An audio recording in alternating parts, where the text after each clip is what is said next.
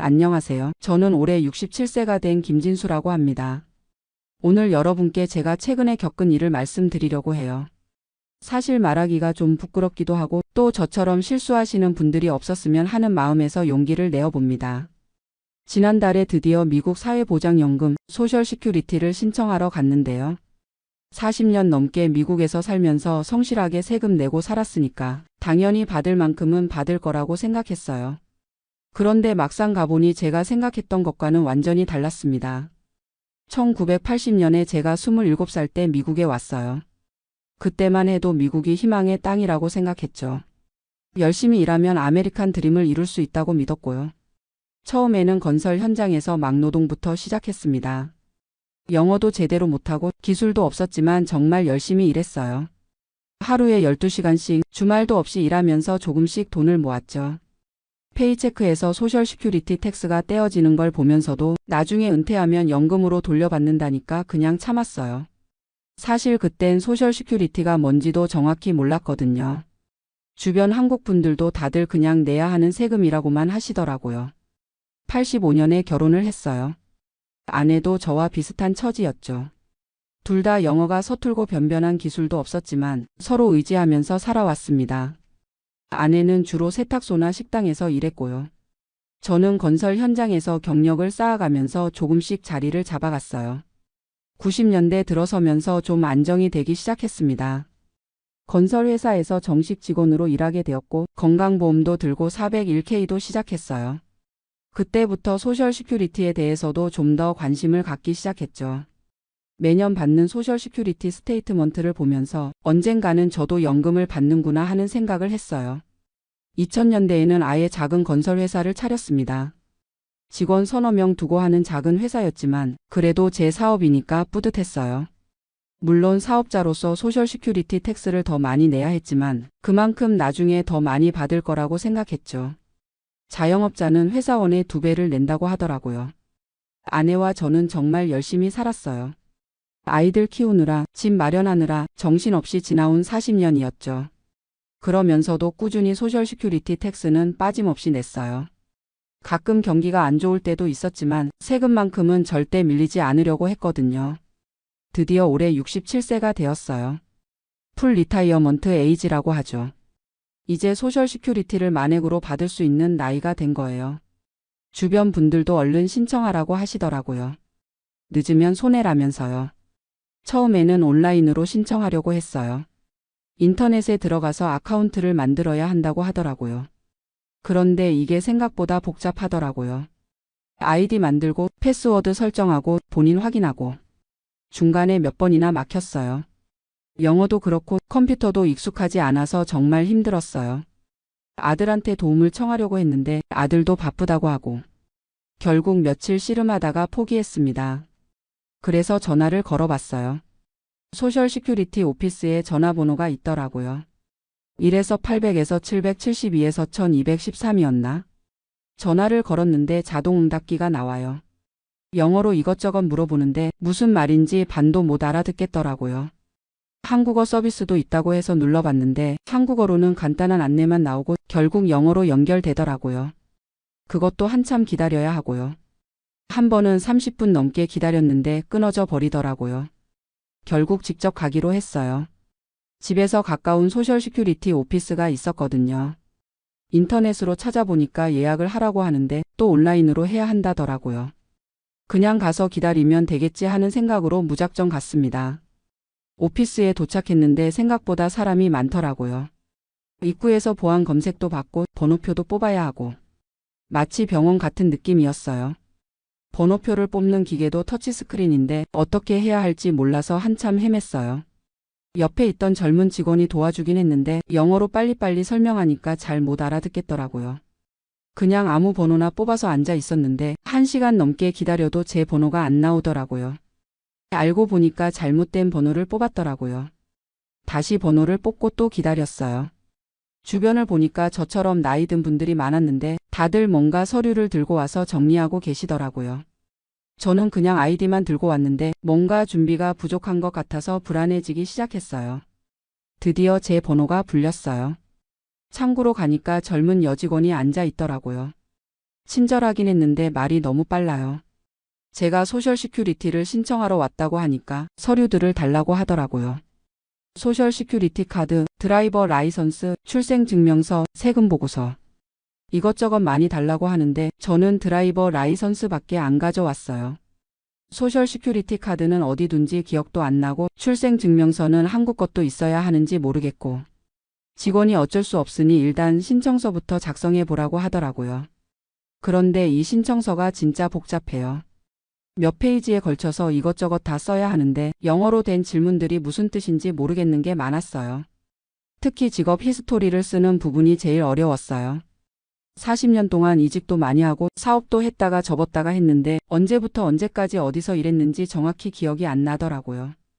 회사 이름도 정확히 모르는 곳들이 있고요. 그리고 아내 정보도 써야 하는데 아내가 언제부터 일을 시작했는지 얼마나 벌었는지 이런 것들도 정확히 몰라서 당황했어요. 집에서 미리 정리해 올 걸 그랬나 하는 생각이 들더라고요. 1시간 넘게 씨름해서 겨우 신청서를 작성했어요. 그런데 직원이 보더니 뭔가 부족하다고 하더라고요. 서류들을 다 가져와야 처리할 수 있다면서 다음에 다시 오라고 하는 거예요. 그래서 집에 가서 서류들을 찾기 시작했어요. 소셜 시큐리티 카드는 결혼할 때 받은 상자에서 찾았고 세금 보고서는 어디 있는지 몰라서 회계사한테 연락했어요. 출생증명서는 한국에서 가져온 게 있긴 한데 영어로 번역된 게 필요하다고 하더라고요. 일주일 후에 다시 갔어요. 이번엔 서류를 다 챙겨서 갔죠. 그런데 또 다른 문제가 생겼어요. 제 이름이 서류마다 조금씩 다르더라고요. 한국 출생증명서에는 한국 이름으로 되어 있고 소셜 시큐리티 카드에는 영어 이름으로 되어 있고 직원이 설명하는데 이름이 일치하지 않으면 별도의 서류가 더 필요하다고 하더라고요. 네임 챙그래미 서류라든지 코트 오더라든지 듣기만 해도 복잡하더라고요.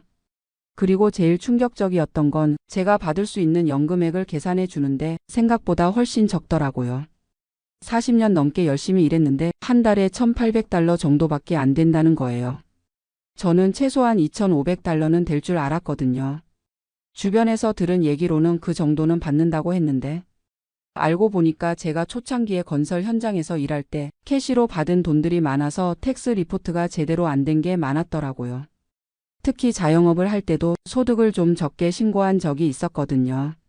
그때는 세금을 적게 내려고 그랬는데 그게 나중에 연금액에 영향을 미칠 줄은 몰랐어요.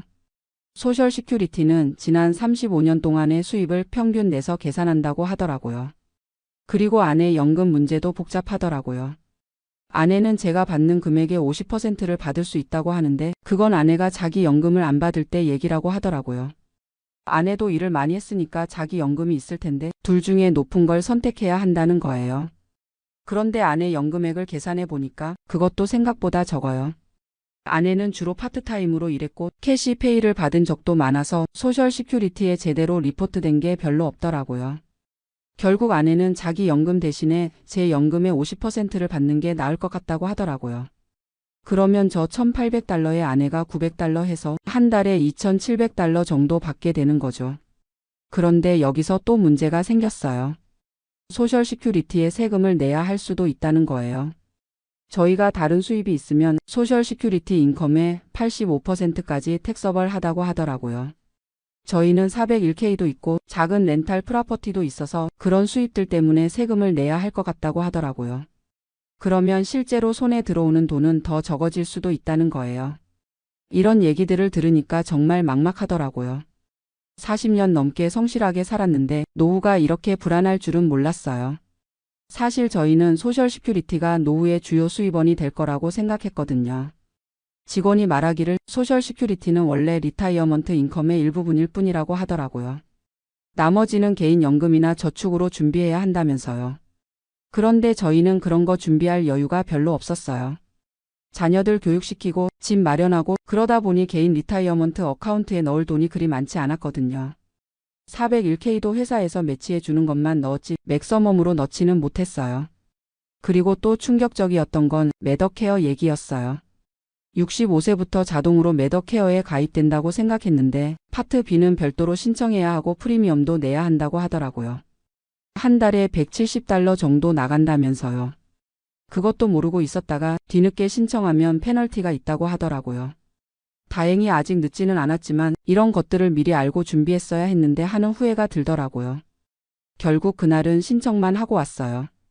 처리하는데 몇 주 걸린다고 하면서 첫 번째 체크는 신청한 달의 다음 달부터 나온다고 하더라고요.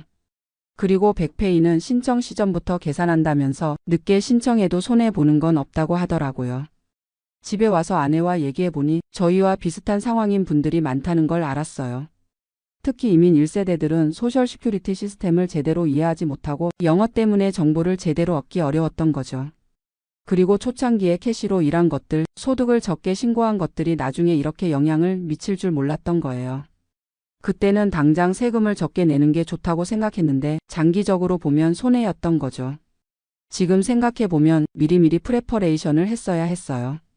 65세 전에 소셜 시큐리티 오피스에 가서 상담을 받아보고 예상 연금액도 확인해보고 필요한 서류들도 미리 준비해놓고 그리고 영어 공부도 더 열심히 했어야 했어요. 40년 넘게 미국에 살면서도 여전히 영어가 서툴러서 이런 중요한 일을 처리할 때 어려움을 겪게 되더라고요. 메더케어나 다른 베너핏들에 대해서도 미리 공부해 놨어야 했고요. 인터넷 사용법도 배워놨으면 좋았을 텐데. 요즘은 모든 게 온라인으로 처리되니까 컴퓨터를 못 다루면 정말 불편해요. 그래도 다행인 건 신청은 완료됐다는 거예요. 몇 주 후면 첫 번째 체크를 받을 수 있을 거라고 하더라고요. 비록 생각보다 적은 금액이지만 그래도 평생 받는 거니까 감사하게 생각하려고 해요. 앞으로는 좀 더 계획적으로 살아야겠어요. 소셜 시큐리티만으로는 부족하니까 다른 수입원도 생각해 봐야겠고요. 401k를 언제 어떻게 찾을지도 계획을 세워야겠어요. 그리고 건강관리도 더 신경 써야겠어요. 의료비가 많이 나가면 소셜 시큐리티로는 감당이 안 될 테니까요. 메더케어 서플러먼트 인슈런스도 알아봐야겠고요. 이런 경험을 하면서 느낀 건 미국에서 은퇴 준비는 정말 개인의 책임이라는 거예요. 한국처럼 국가에서 다 알아서 챙겨주지 않으니까 스스로 공부하고 준비해야 하는 거죠. 특히 저희 같은 이민자들은 더욱 그래요. 언어 장벽도 있고 정보 접근도 어렵고. 그래서 미리미리 준비하는 게 중요한 것 같아요. 지금 이 얘기를 듣고 계시는 분들 중에 아직 은퇴가 멀다고 생각하시는 분들도 계실 텐데요. 절대 그렇게 생각하지 마시고 지금부터라도 차근차근 준비하시기 바라요. 소셜 시큐리티 웹사이트에 가셔서 본인 계정도 만들어 보시고 예상 연금액도 확인해 보시고요. 401k나 IRA 같은 개인 리타이어먼트 어카운트도 최대한 활용하시고 그리고 영어 공부도 꾸준히 하세요. 나이가 들어서 갑자기 하려고 하면 정말 어려워요. 컴퓨터 사용법도 미리 배워 두시고요. 메더케어에 대해서도 미리 공부해 두시는 게 좋아요. 65세가 되기 전에 미리 신청 절차를 알아두시고 어떤 플랜이 본인에게 맞는지도 알아보시고요. 마지막으로 혼자서 다 하려고 하지 마시고 필요하면 전문가의 도움을 받으세요. 변호사나 재정 플래너 또는 소셜 시큐리티에 대해 잘 아는 분들한테 상담을 받아보시는 것도 좋아요. 저는 이제 와서 후회해봤자 소용없으니까 현실을 받아들이고 남은 인생을 잘 살아보려고 해요. 비록 넉넉하지는 않겠지만 건강하게 오래 살면서 자녀들한테 부담 주지 않도록 노력할 거예요. 그리고 제 경험이 다른 분들한테는 도움이 되었으면 좋겠어요. 저처럼 막상 신청하러 가서 당황하는 일은 없으시길 바라면서 긴 얘기 들어주셔서 감사합니다. 73살이 된 지금 저는 정말 기분이 좋습니다. 아니, 기분이 좋다는 표현으로는 부족하죠. 가슴이 터질 것 같이 시원하고 뿌듯해요. 20년 전에 20만 달러 주고 산 LA 건물이 지금 300만 달러래요. 15배가 올랐다는 얘기죠. 어제 부동산 감정사가 와서 평가하고 나서 그러더라고요. 미스터 박 축하드립니다. 정말 대단한 투자였어요. 그 말을 들으니까 정말 가슴이 뭉클하면서도 속이 시원하더라고요. 저는 박성태라고 합니다. 1950년에 경상도 안동 시골에서 태어났어요. 집이 정말 가난했거든요. 아버지는 농사 짓는 소작농이었고 어머니는 남의 집일을 도와주면서 근근히 살았죠. 형제가 7명이나 되니까 먹고 살기가 얼마나 힘들었겠어요. 그래도 부모님이 공부라도 해야 한다고 하셔서 고등학교까지는 겨우 마쳤어요. 그 다음에 군대 갔다 와서 뭘 해야 할지 모르겠더라고요. 마침 아버지 형님이 미국에 먼저 이민을 가 계셨거든요. 1973년에 23살 때 가족 초청으로 미국에 오게 됐어요. 미국에 와서는 정말 별별 일을 다 했습니다. 영어도 한마디 못하니까 할 수 있는 일이 뭐가 있겠어요. 처음에는 삼촌 세탁소에서 일했어요. 새벽 5시부터 밤 10시까지 일해도 하루에 $20밖에 못 받았죠. 그래도 한국에서 농사 짓는 것보다는 낫다 싶어서 열심히 했어요. 몇 년 후에 지금 아내 순자를 만나서 결혼했어요. 순자도 저처럼 시골에서 온 이민자였거든요.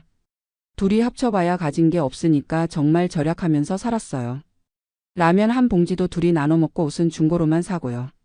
1980년에 첫째 아들 민수가 태어나고 1982년에 둘째 딸 소영이가 태어났어요. 아이들이 생기니까 더 열심히 일해야겠다는 생각이 들더라고요. 삼촌 세탁소에서 배운 기술로 1985년에 제 세탁소를 차렸어요. LA 다운타운에서 조금 떨어진 곳이었는데 월세가 싸더라고요. 처음엔 손님이 거의 없어서 걱정했는데 정성껏 빨래를 해드리니까 조금씩 늘어나더라고요. 밤늦게까지 다림질하고 새벽 일찍 일어나서 세탁기 돌리고요. 순자도 집에서 애들 보면서 바느질 일을 받아서 했어요. 그렇게 20년을 정말 개미처럼 살았습니다. 한 푼 두 푼 모아서 아이들 대학 보내고 집도 하나 샀어요. 민수는 의사가 되고 소영이는 변호사가 됐어요. 제가 공부를 못해서 한이 많았는데 아이들은 다 잘 되니까 그것만으로도 감사했죠. 2000년대 들어서는 세탁소도 안정이 되고 어느 정도 여유가 생겼어요. 그런데 나이가 50이 넘어가니까 이제 노후 준비를 해야겠다 싶더라고요. 그때 한인 동네에서 부동산 얘기를 많이 들었어요. 주식은 위험하고 부동산이 제일 안전하다. LA는 계속 발전할 거니까 부동산 사면 무조건 오른다. 그런 얘기들을 듣다 보니까 저도 관심이 생기더라고요. 마침 세탁소 일이 좀 줄어들어서 시간도 있었고요. 그래서 주말마다 부동산을 보러 다니기 시작했어요. 2003년 어느 날이었어요. 부동산 에이전트가 LA 다운타운 근처에 상업용 건물이 하나 나왔다고 하더라고요. 가격이 $200,000래요. 한번 가서 봅시다 해서 갔는데 정말 낡은 건물이었어요. 3층짜리 건물인데 겉은 페인트가 다 벗겨지고 1층은 비어 있고요. 2층, 3층에 작은 사무실들이 몇 개 있는데 반도 안 차 있더라고요. 에이전트도 솔직히 말씀드리면 좀 오래된 건물이에요 라고 하더라고요. 그런데 제가 그 건물을 보는 순간 뭔가 느낌이 왔어요. 위치가 LA 다운타운에서 그리 멀지 않고 주변에 새 건물들이 조금씩 들어서고 있더라고요. 이 동네가 발전할 것 같은데? 하는 생각이 들었어요. 물론 지금 당장은 별로 볼 게 없지만 10년, 20년 후에는 달라질 것 같았거든요. 그래서 에이전트한테 이 건물 더 자세히 알아봅시다 했어요. 집에 와서 순자한테 얘기했더니 깜짝 놀라더라고요. 여보, 그런 낡은 건물을 왜 사려고 해요? 우리 돈 다 날리는 거 아니에요? $200,000면 우리가 평생 모은 돈인데 그걸 그런 데 쓰면 어떻게 해요? 순자 말이 맞기는 했어요. 그 돈은 정말 저희가 20년 넘게 한 푼 두 푼 모은 전 재산이었거든요. 아들 민수한테도 얘기해봤어요. 아버지, 그건 너무 위험한 투자 같은데요. 차라리 은행에 넣어두시는 게 낫지 않을까요? 상업용 부동산은 관리도 힘들고 세금도 많이 나와요. 신중하게 생각해보세요. 의사가 된 아들이 그러니까 더 고민이 되더라고요. 딸 소영이한테도 물어봤어요. 아빠, 제가 변호사니까 부동산 관련 법률은 좀 아는데요. 상업용 부동산은 정말 복잡해요. 테넌트 문제도 있고 수리비도 많이 들어가요. 차라리 아파트 하나 더 사시는 게 어때요? 자식들까지 다 반대하니까 정말 고민이 됐어요. 한인 동네 사람들한테도 얘기해봤거든요. 세탁소 손님 중에 부동산으로 돈을 좀 번 김 사장이라는 분이 계셨어요. 그분한테 물어봤더니 박 사장님, 그 동네는 별로예요. 저도 그쪽 몇 번 봤는데 별로 발전 가능성이 없어 보이더라고요. 차라리 한인타운 쪽으로 하시거나 아니면 좀 더 좋은 지역으로 하세요. $200,000면 적은 돈이 아닌데 너무 성급하게 결정하지 마세요. 교회에서도 얘기가 나왔어요. 장로님이 부동산업을 하시는 분이었거든요.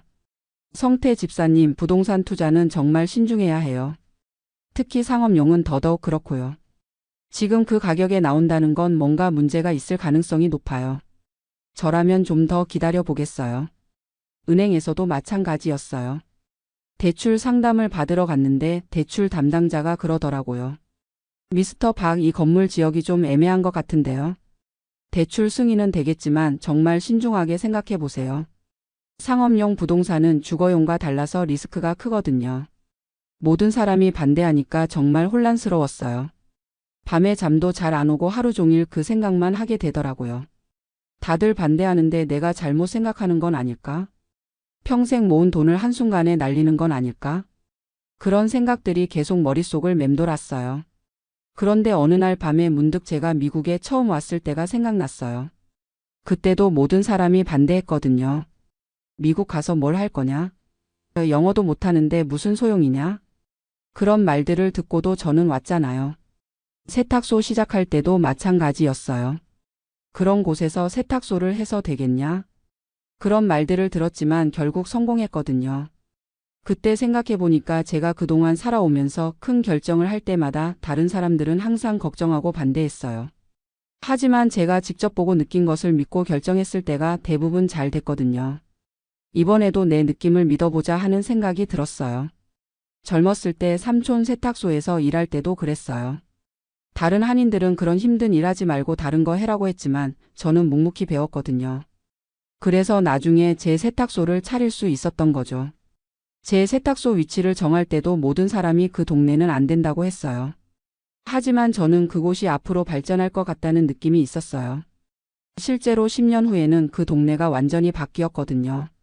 그 건물을 다시 한번 보러 갔어요. 이번에는 혼자서 천천히 둘러봤어요. 건물 자체는 낡았지만 구조는 튼튼해 보였어요. 그리고 무엇보다 위치가 좋았어요. LA 다운타운까지 차로 15분이고 주변에 대학교도 있고 병원도 있고요. 지하철역도 걸어서 10분 거리였어요. 이런 위치에 이 가격이라면 정말 괜찮은 것 같은데? 그날 밤에 순자한테 말했어요. 여보, 저는 이 건물을 사고 싶어요. 물론 위험할 수도 있지만 제 느낌으로는 괜찮을 것 같아요. 우리가 이민 와서 지금까지 큰 실수 없이 잘 살아왔잖아요. 이번에도 잘 될 거예요. 순자가 한숨을 쉬면서 당신이 그렇게 하고 싶으시면 해보세요. 대신 정말 신중하게 하세요라고 하더라고요. 2003년 11월에 계약을 했어요. 20만 달러를 현금으로 주고 그 건물을 샀습니다. 계약서에 사인할 때 손이 조금 떨렸어요. 정말 잘하는 결정일까? 하는 생각이 들면서도 내 인생의 전환점이 될 수도 있겠다 하는 기대감도 있었어요. 건물을 사고 나니까 할 일이 정말 많더라고요. 일단 1층에 들어갈 테넌트를 구해야 했고 2층, 3층 빈 사무실도 채워야 했어요. 건물도 여기저기 수리할 곳이 많았고요. 페인트 칠부터 시작해서 전기시설, 화장실 수리까지 정말 손이 많이 갔어요. 처음 몇 달은 정말 힘들었어요. 테넌트가 잘 안 구해지니까 임대료 수입은 거의 없고 수리비는 계속 나가고요. 세금이며 보험료며 관리비까지 하면 한 달에 2,000달러 정도가 나갔어요. 세탁소에서 번 돈으로 계속 보태야 했죠. 순자가 이렇게 돈만 나가면 어떻게 하냐고 걱정하는 것도 당연했어요.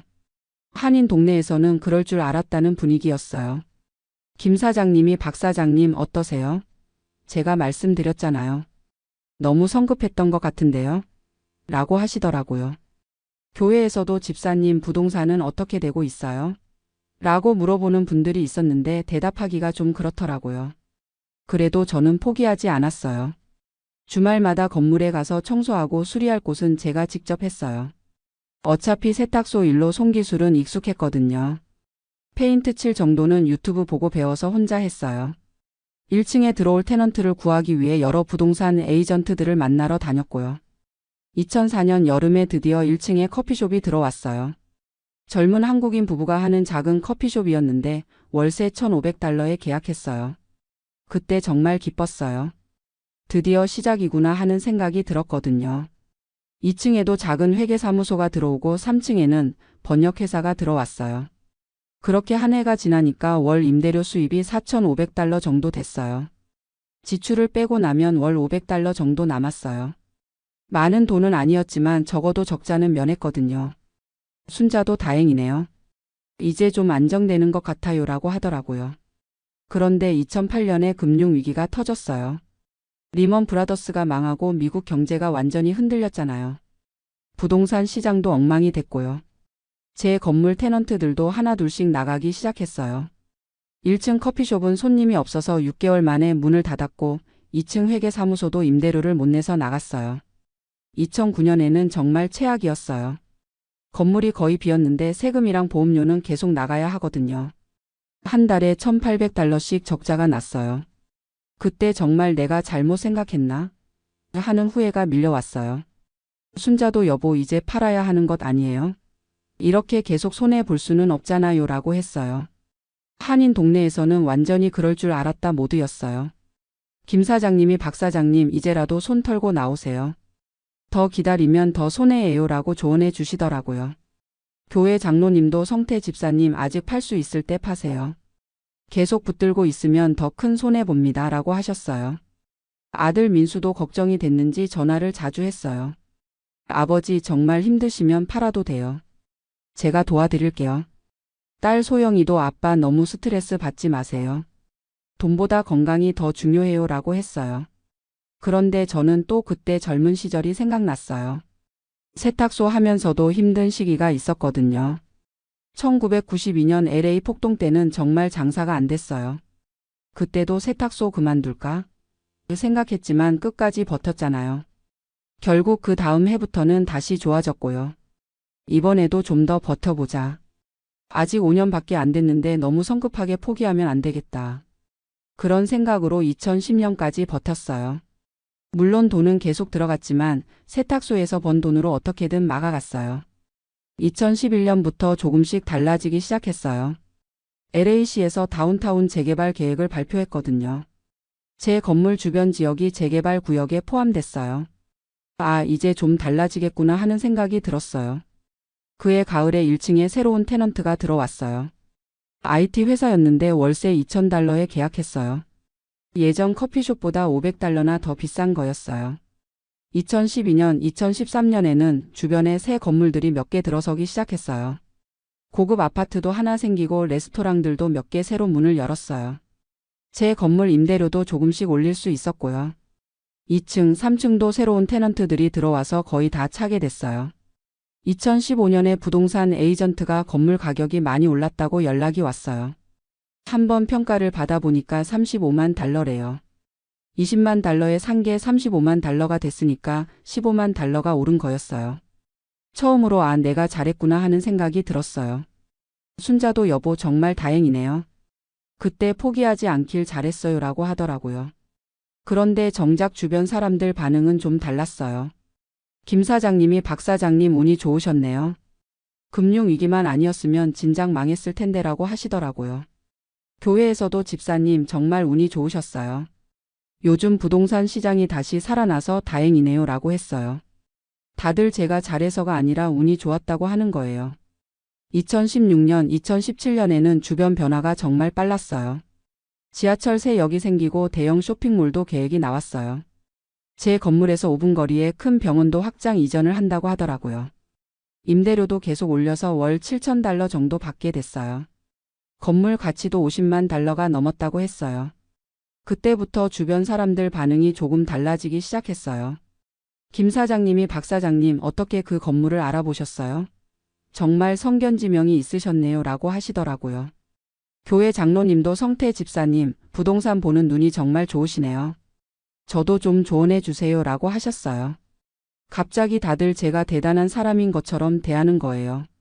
아들 민수도 아버지 정말 대단하세요. 저는 그때 반대했는데 아버지가 오르셨네요 라고 인정했어요. 딸 소영이도 아빠 진짜 부동산 투자 전문가시네요. 저도 하나 사볼까요? 라고 물어보더라고요. 2018년, 2019년에는 더 놀라운 일들이 계속 일어났어요. 제 건물 바로 옆에 20층짜리 오피스 빌딩이 들어선다고 하더라고요. 그리고 건너편에는 고급 호텔도 들어온다고 했어요. 부동산 에이전트가 이제 이 지역이 완전히 바뀔 거예요 라고 하더라고요. 실제로 건물 가치가 $80만 달러까지 올랐어요. 그런데 2020년에 코로나가 터졌잖아요. 처음에는 이제 끝났나? 하는 생각도 들었어요. 테넌트들이 임대료 좀 깎아달라고 하기도 하고 몇 군데는 나가기도 했거든요. 하지만 다행히 그 지역 개발은 계속됐어요. 오히려 사람들이 집에서 일하게 되면서 작은 사무실 수요가 늘어났어요. 2021년부터는 정말 믿을 수 없는 일들이 일어났어요. 미국 부동산이 완전히 폭등하기 시작한 거예요. 특히 LA는 더 심했고요. 제 건물 가치가 $120만 달러, $150만 달러, $180만 달러 이렇게 계속 올라갔어요. 임대료도 월 $1만 달러를 넘어섰고요. 2022년에는 건물 가치가 $200만 달러를 넘었어요. 20만 달러에 산 게 $200만 달러가 됐으니까 10배가 오른 거였어요. 그때 한인 동네에서는 완전히 화제가 됐어요. 박 사장님이 부동산 대박 났다더라. 20년 전에 산 건물이 10배가 올랐다더라. 그런 얘기들이 돌았어요. 갑자기 저한테 부동산 조언을 구하러 오는 사람들이 줄을 섰어요. 김 사장님도 박 사장님 정말 대단하세요. 저도 투자할 만한 건물 하나 없나요? 라고 하시더라고요. 교회에서도 성태 집사님께서 부동산 투자 세미나 좀 해주세요 라고 요청이 들어왔어요. 한인신문에서 인터뷰 요청도 들어왔어요. 성공한 한인 투자자로 소개하고 싶다고 하더라고요. 저는 그냥 운이 좋았을 뿐이라고 했는데 기자가 겸손하게 말씀하시지만 정말 대단한 안목이십니다 라고 하더라고요. 2023년에는 더 놀라운 일이 있었어요. 제 건물 근처에 아마존 오피스가 들어온다고 발표된 거예요. 그 소식이 나오자마자 부동산 가격이 또 뛰었어요. 제 건물도 250만 달러까지 올랐다고 하더라고요. 그리고 올해 2024년에 최종 평가를 받았는데 300만 달러래요. 20만 달러가 300만 달러가 됐으니까 정확히 15배가 오른 거예요. 20년 만에 280만 달러를 번 셈이죠. 연평균 14만 달러씩 번 거예요. 어제 그 평가 결과를 듣고 나서 정말 감회가 새로웠어요. 내가 정말 잘했구나. 그때 모든 사람이 반대했는데도 내 신념을 믿고 결정하길 잘했다. 순자도 눈물을 글썽이면서 여보 정말 고생 많으셨어요. 그때 포기하지 않아서 다행이에요 라고 하더라고요. 지금은 월 임대료만 1만 5천 달러가 들어와요. 세금이랑 관리비 빼고도 월 1만 달러 정도는 순수익이에요. 세탁소는 5년 전에 정리했는데 이 건물 임대료만으로도 충분히 살 수 있어요. 아니 충분한 정도가 아니라 여유롭게 살 수 있어요. 아들 민수가 아버지 정말 존경해요. 제가 의사지만 아버지가 더 대단한 것 같아요 라고 하더라고요. 딸 소영이도 아빠 진짜 자랑스러워요. 친구들한테 우리 아버지 자랑 많이 했어요 라고 해요. 손주들도 할아버지가 부동산 왕이래요 라고 하면서 좋아해요. 요즘 한인 동네에서는 완전히 유명인이 됐어요. 어디 가면 아 박 사장님이시네요. 정말 대단하시다는 얘기 많이 들었어요 라고 인사하는 분들이 많아요. 교회에서도 성태 집사님 하면 모르는 사람이 없어요. 새로 이민 온 분들도 부동산 투자에 대해 조언 좀 해달라고 찾아와요. 그런데 정말 웃긴 건 그때 반대했던 분들이에요. 김 사장님은 이제 제가 박 사장님 첫 번째 지지자였잖아요 라고 하세요. 그때 절대 하지 말라고 했으면서요. 교회 장로님도 성태 집사님 안목을 제가 믿고 있었어요 라고 하세요. 뻔뻔하면서도 웃긴 거죠. 은행에서도 태도가 완전히 달라졌어요. 그때 신중하게 하라고 했던 대출 담당자가 이제는 미스터 박 다른 투자 계획은 없으세요? 저희가 최우선으로 도와드리겠습니다 라고 해요. VIP 고객으로 대접받고 있어요. 부동산 에이전트들도 마찬가지예요. 미스터 박의 투자 철학을 배우고 싶어요. 다른 건물도 관심 있으시면 언제든 연락 주세요. 이런 식으로 연락이 계속 와요. 지금 생각해보면 정말 신기해요. 그때 모든 사람이 반대했는데 결국 제가 옳았던 거잖아요. 물론 운도 좋았겠지만 제 나름대로는 계산이 있었거든요. LA라는 도시는 계속 성장할 거고 다운타운 근처는 언젠가 개발될 거라는 확신이 있었어요. 그리고 무엇보다 포기하지 않았던 게 중요했던 것 같아요. 2008년 금융위기 때 정말 힘들었지만 끝까지 버텼잖아요. 만약 그때 팔았다면 손해만 보고 끝났을 거예요. 요즘은 새로운 투자도 생각하고 있어요. 이번에는 아파트 건물을 하나 사볼까 해서 알아보고 있거든요. 물론 이번에는 순자도 자녀들도 다 찬성이에요. 아버지가 하시는 거면 무조건 잘 될 거예요 라고 해요. 한인 동네 분들도 박 사장님이 사시는 거면 저희도 같이 투자하고 싶어요 라고 하세요.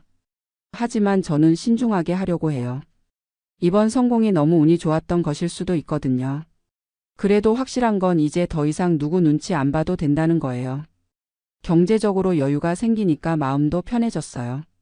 순자랑 여행도 많이 다니고 손주들한테도 용돈 많이 주고요. 교회 헌금도 예전보다 훨씬 많이 하고 있어요. 지난주에는 한국에 있는 동생들한테도 도움을 좀 줬어요. 형편이 어려워서 연락이 왔거든요. 예전 같으면 미안하다, 나도 여유가 없다고 했을 텐데 이제는 흔쾌히 도와줄 수 있어요. 가끔 생각해보면 정말 인생이 신기해요. 73년에 빈손으로 미국에 와서 50년을 산 게 이런 결과로 이어질 줄은 꿈에도 몰랐어요. 그냥 열심히 살면서 자식들만 잘 키우면 되는 줄 알았는데 이렇게 큰 성공을 할 수 있을 줄이야. 요즘 젊은 한인분들한테 자주 하는 얘기가 있어요. 남의 말에 너무 휘둘리지 마세요. 물론 조언은 들어야 하지만 결국 결정은 본인이 하는 거예요. 그리고 한번 결정했으면 끝까지 버티세요. 중간에 포기하면 아무것도 얻을 수 없어요. 나이는 정말 숫자일 뿐이에요. 50이 넘어서도 얼마든지 새로운 도전을 할 수 있어요. 저는 이제 73살이지만 아직도 배우고 있어요. 부동산 시장 공부도 하고 새로운 투자 기회도 찾아보고요. 나이가 들었다고 포기하면 안 된다고 생각해요. 무엇보다 이번 일로 자신감이 생겼어요. 내가 이 정도는 할 수 있는 사람이구나. 내 판단력도 나쁘지 않구나. 그런 생각이 들어요. 가끔 그 건물 앞을 지나갈 때면 정말 뿌듯해요. 20년 전에는 낡고 초라했던 건물이 지금은 완전히 달라졌거든요. 새로 페인트 칠하고 간판도 새로 달고 주변도 깨끗하게 정리됐어요. 내가 이 건물을 살렸구나 하는 자부심이 들어요. 앞으로 10년, 20년 후에는 또 어떻게 될지 모르겠어요. 하지만 지금까지 이렇게 잘 왔으니까 앞으로도 잘 될 거라고 믿어요. 제가 죽고 나면 이 건물은 아이들한테 물려줄 거예요. 그때쯤이면 또 얼마나 오를지 모르죠. 정말 인생은 끝까지 살아봐야 아는 것 같아요. 73살에 이런 기쁨을 누릴 줄 누가 알았겠어요. 매일 아침 일어나서 오늘도 좋은 하루가 되겠구나 하는 마음으로 살고 있어요. 웃음이 절로 나와요. 정말 행복합니다. 안녕하세요. 저는 올해 58살 된 김모라고 합니다. 지금 이렇게 사연을 쓰는 이유는 정말 황당하고도 당황스러운 일을 겪어서입니다. 작년 11월에 미국에서 15년 만에 한국으로 완전히 돌아왔습니다. 아이들도 다 성장했고 은퇴를 앞두고 고국에서 여생을 보내고 싶어서 결정한 일이었어요. 미국 생활이 나쁘지는 않았지만 역시 고향이 그리웠거든요. 그런데 지난달 감기가 심하게 걸려서 동네 내과에 갔는데 정말 깜짝 놀랐습니다. 아니, 놀란 정도가 아니라 당황했다고 해야 맞을 것 같아요. 진료실 앞에 대기하는 환자들이 20명도 넘게 줄을 서 있는 거예요. 미국에서는 예약제라서 이런 광경을 본 적이 없었는데 한국은 아직도 이런가 싶었죠. 그래도 기다렸습니다. 1시간 반을 기다려서 드디어 제 차례가 되었어요. 의사 선생님이 저를 보더니 목을 한번 보시고 청진기로 가슴을 몇 번 들어보시고 그러고는 바로 처방전을 써주시는 거예요. 시간을 재어본 건 아니지만 정말 3분도 안 걸린 것 같았어요. 감기약 3일치 드릴게요. 안 나으면 다시 오세요. 그게 전부였습니다. 저는 좀 더 자세히 물어보고 싶었어요. 왜냐하면 기침이 좀 심했거든요. 그래서 조심스럽게 물어봤습니다. 선생님, 기침이 좀 심한데 괜찮을까요? 그러니까 의사 선생님이 약간 짜증스러운 표정으로 약 먹어보고 안 나으면 다시 와요. 라고 하시는 거예요. 목소리도 좀 차갑고 뭔가 빨리 나가라는 느낌이었어요. 저는 그냥 네, 감사합니다 하고 나왔는데 기분이 참 이상했어요. 미국에서 15년 동안 의료 서비스를 받으면서 경험했던 것과는 너무 달랐거든요. 미국 조지아주 애틀랜타에서 살았는데 거기서 단골로 다니던 가정의학과 닥터 존슨이 있었어요.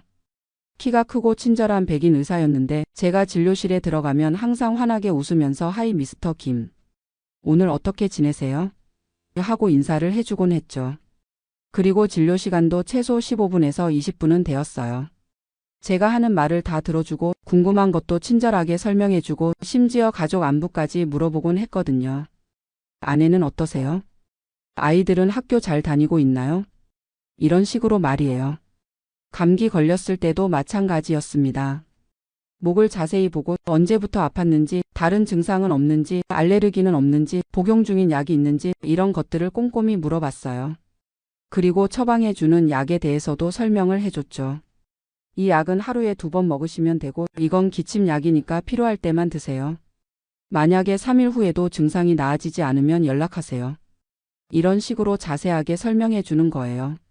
그런데 한국 병원에서는 그런 게 전혀 없었어요. 의사가 바쁘다는 건 이해하지만 환자를 대하는 태도 자체가 달랐어요. 그냥 일 처리하는 느낌이랄까요? 약국에 가서도 놀랐어요. 약사님이 약을 주면서 하루 3번 식후에 드세요. 이게 전부였거든요. 미국에서는 약사도 굉장히 친절했어요. 처방전 받으러 가면 이 약은 어떤 효과가 있고 어떤 부작용이 있을 수 있고 다른 약과 함께 먹으면 안 되고 이런 것들을 자세히 설명해 줬거든요. 그리고 보험 처리도 알아서 다 해주고 궁금한 게 있으면 언제든지 전화하세요. 라고 하면서 약국 전화번호가 적힌 스티커도 약봉지에 붙여줬어요. 정말 서비스가 달랐어요. 하지만 한국에 온 지 얼마 안 돼서 아직 적응이 안 된 것일 수도 있다고 생각했어요. 그래서 그냥 넘어갔죠. 그런데 또 다른 일이 생겼어요. 한 달 후에 건강검진을 받으러 갔는데 거기서도 비슷한 경험을 했습니다. 미국에서는 매년 정기검진을 받았어요. 제가 다니던 병원에서는 1년에 한 번 종합검진 스케줄을 잡아주고 하루 종일 시간을 내서 여러 가지 검사를 받았거든요. 그리고 검사 결과를 설명해 줄 때도 30분 정도 시간을 내서 하나하나 자세히 설명해 줬어요. 혈압이 조금 높은 편이니까 염분 섭취를 줄이시고 콜레스테롤 수치가 경계선이니까 운동을 더 하시는 게 좋겠어요. 이런 식으로 생활 습관 개선 방법까지 알려줬죠. 그런데 한국에서 받은 건강검진은 완전히 달랐어요. 검사는 빨리빨리 끝나고 결과 설명도 5분 만에 끝났어요. 특별한 이상 없습니다. 내년에 또 받으세요. 그게 끝이었어요. 제가 궁금한 게 있어서 질문을 하려고 하니까 의사가 시계를 보면서 다음 환자 들어올 시간이에요 라고 하더라고요. 그 순간 정말 기분이 나빴어요. 나는 환자인데 마치 공장에서 물건 검사받는 기분이었거든요. 미국에서 15년 동안 받았던 의료 서비스와는 정말 천지 차이였어요. 미국에서는 의사든 간호사든 정말 친절했어요. 진료 예약 전화를 할 때도 리셉션 직원이 정말 친절하게 대해줬거든요. 안녕하세요. 닥터 존슨 오피스입니다. 어떻게 도와드릴까요? 이런 식으로 밝은 목소리로 인사하고 예약 잡는 것도 환자 편의를 먼저 생각해서 언제가 편하세요? 오전이 좋으세요? 아니면 오후가 좋으세요? 라고 물어봤어요. 그리고 병원에 가면 간호사들도 정말 친절했어요. 오늘 기분은 어떠세요? 아픈 곳은 없으세요? 이런 식으로 먼저 말을 걸어주고 혈압이나 체온 재는 것도 실례합니다 하면서 정중하게 했거든요. 한국에서는 그런 게 전혀 없었어요. 간호사들도 바쁘고 환자를 대하는 태도도 뭔가 기계적이었어요. 이리 와서 앉으세요. 팔 올리세요. 숨 크게 쉬세요. 명령조였어요. 물론 아기가 있어서 그런 건 아니라는 걸 알아요. 워낙 환자가 많고 바쁘니까 그럴 수밖에 없는 것도 이해해요. 하지만 환자 입장에서는 기분이 좋지 않았어요. 특히 아팠을 때는 마음도 약해지는데 따뜻한 말 한마디라도 들으면 위로가 되잖아요. 그런데 한국에서는 그런 게 없었어요. 가장 충격적이었던 건 지난달에 있었던 일이에요. 갑자기 가슴이 답답하고 숨이 좀 차서 응급실에 갔어요. 나이가 나이인지라 혹시 심장에 문제가 있나 싶어서 무서웠거든요. 미국에서는 응급실에 가면 먼저 트리아지 간호사가 증상을 자세히 물어보고 응급 정도를 판단해서 우선순위를 정해줬어요. 그리고 기다리는 동안에도 중간중간 상태를 확인해줬죠. 한국 응급실에 갔는데 일단 환자가 너무 많았어요. 대기 시간만 3시간이었어요. 드디어 진료를 받게 되었는데 의사가 심전도하고 피검사 결과를 보더니 이상 없어요. 스트레스성인 것 같은데 좀 쉬시고 약 드세요. 그러더라고요. 저는 좀 더 자세한 설명을 듣고 싶었어요. 구체적으로 어떤 부분이 스트레스 때문인지, 앞으로 주의할 점은 뭔지, 이런 증상이 다시 나타나면 어떻게 해야 하는지, 이런 것들을 물어보고 싶었거든요. 그런데 의사가 이미 다음 환자 차트를 보고 있더라고요. 제가 질문을 하려고 하니까 약 먹어보시고 안 나으면 심장내과 예약 잡으세요. 라고 하면서 뒤돌아버리는 거예요. 그 순간 정말 서운했어요. 내가 환자인데 이렇게 대접받아야 하나 싶었거든요. 미국에서는 응급실에서도 의사가 정말 자세히 설명해 줬어요. 지금 검사 결과로 봤을 때는 심장에는 문제가 없어요. 하지만 스트레스나 불안감으로 인해서 이런 증상이 나타날 수 있거든요. 충분히 쉬시고 만약에 증상이 계속되면 가정의와 상담해 보세요. 이런 식으로 친절하게 설명해 줬거든요. 그리고 퇴원할 때도 오늘 고생하셨어요. 집에 가서 푹 쉬시고 궁금한 게 있으면 언제든지 연락하세요. 라고 하면서 손을 잡아주기도 했어요. 물론 미국 의료비가 비싸다는 단점은 있어요. 저도 미국에서 의료보험료를 한 달에 $600씩 냈거든요. 그리고 응급실 한 번 가면 본인 부담금만 해도 $1000는 나왔어요. 하지만 그만큼 서비스는 확실히 좋았어요. 환자를 정말 고객처럼, 아니 사람으로서 존중해 준다는 느낌을 받았거든요.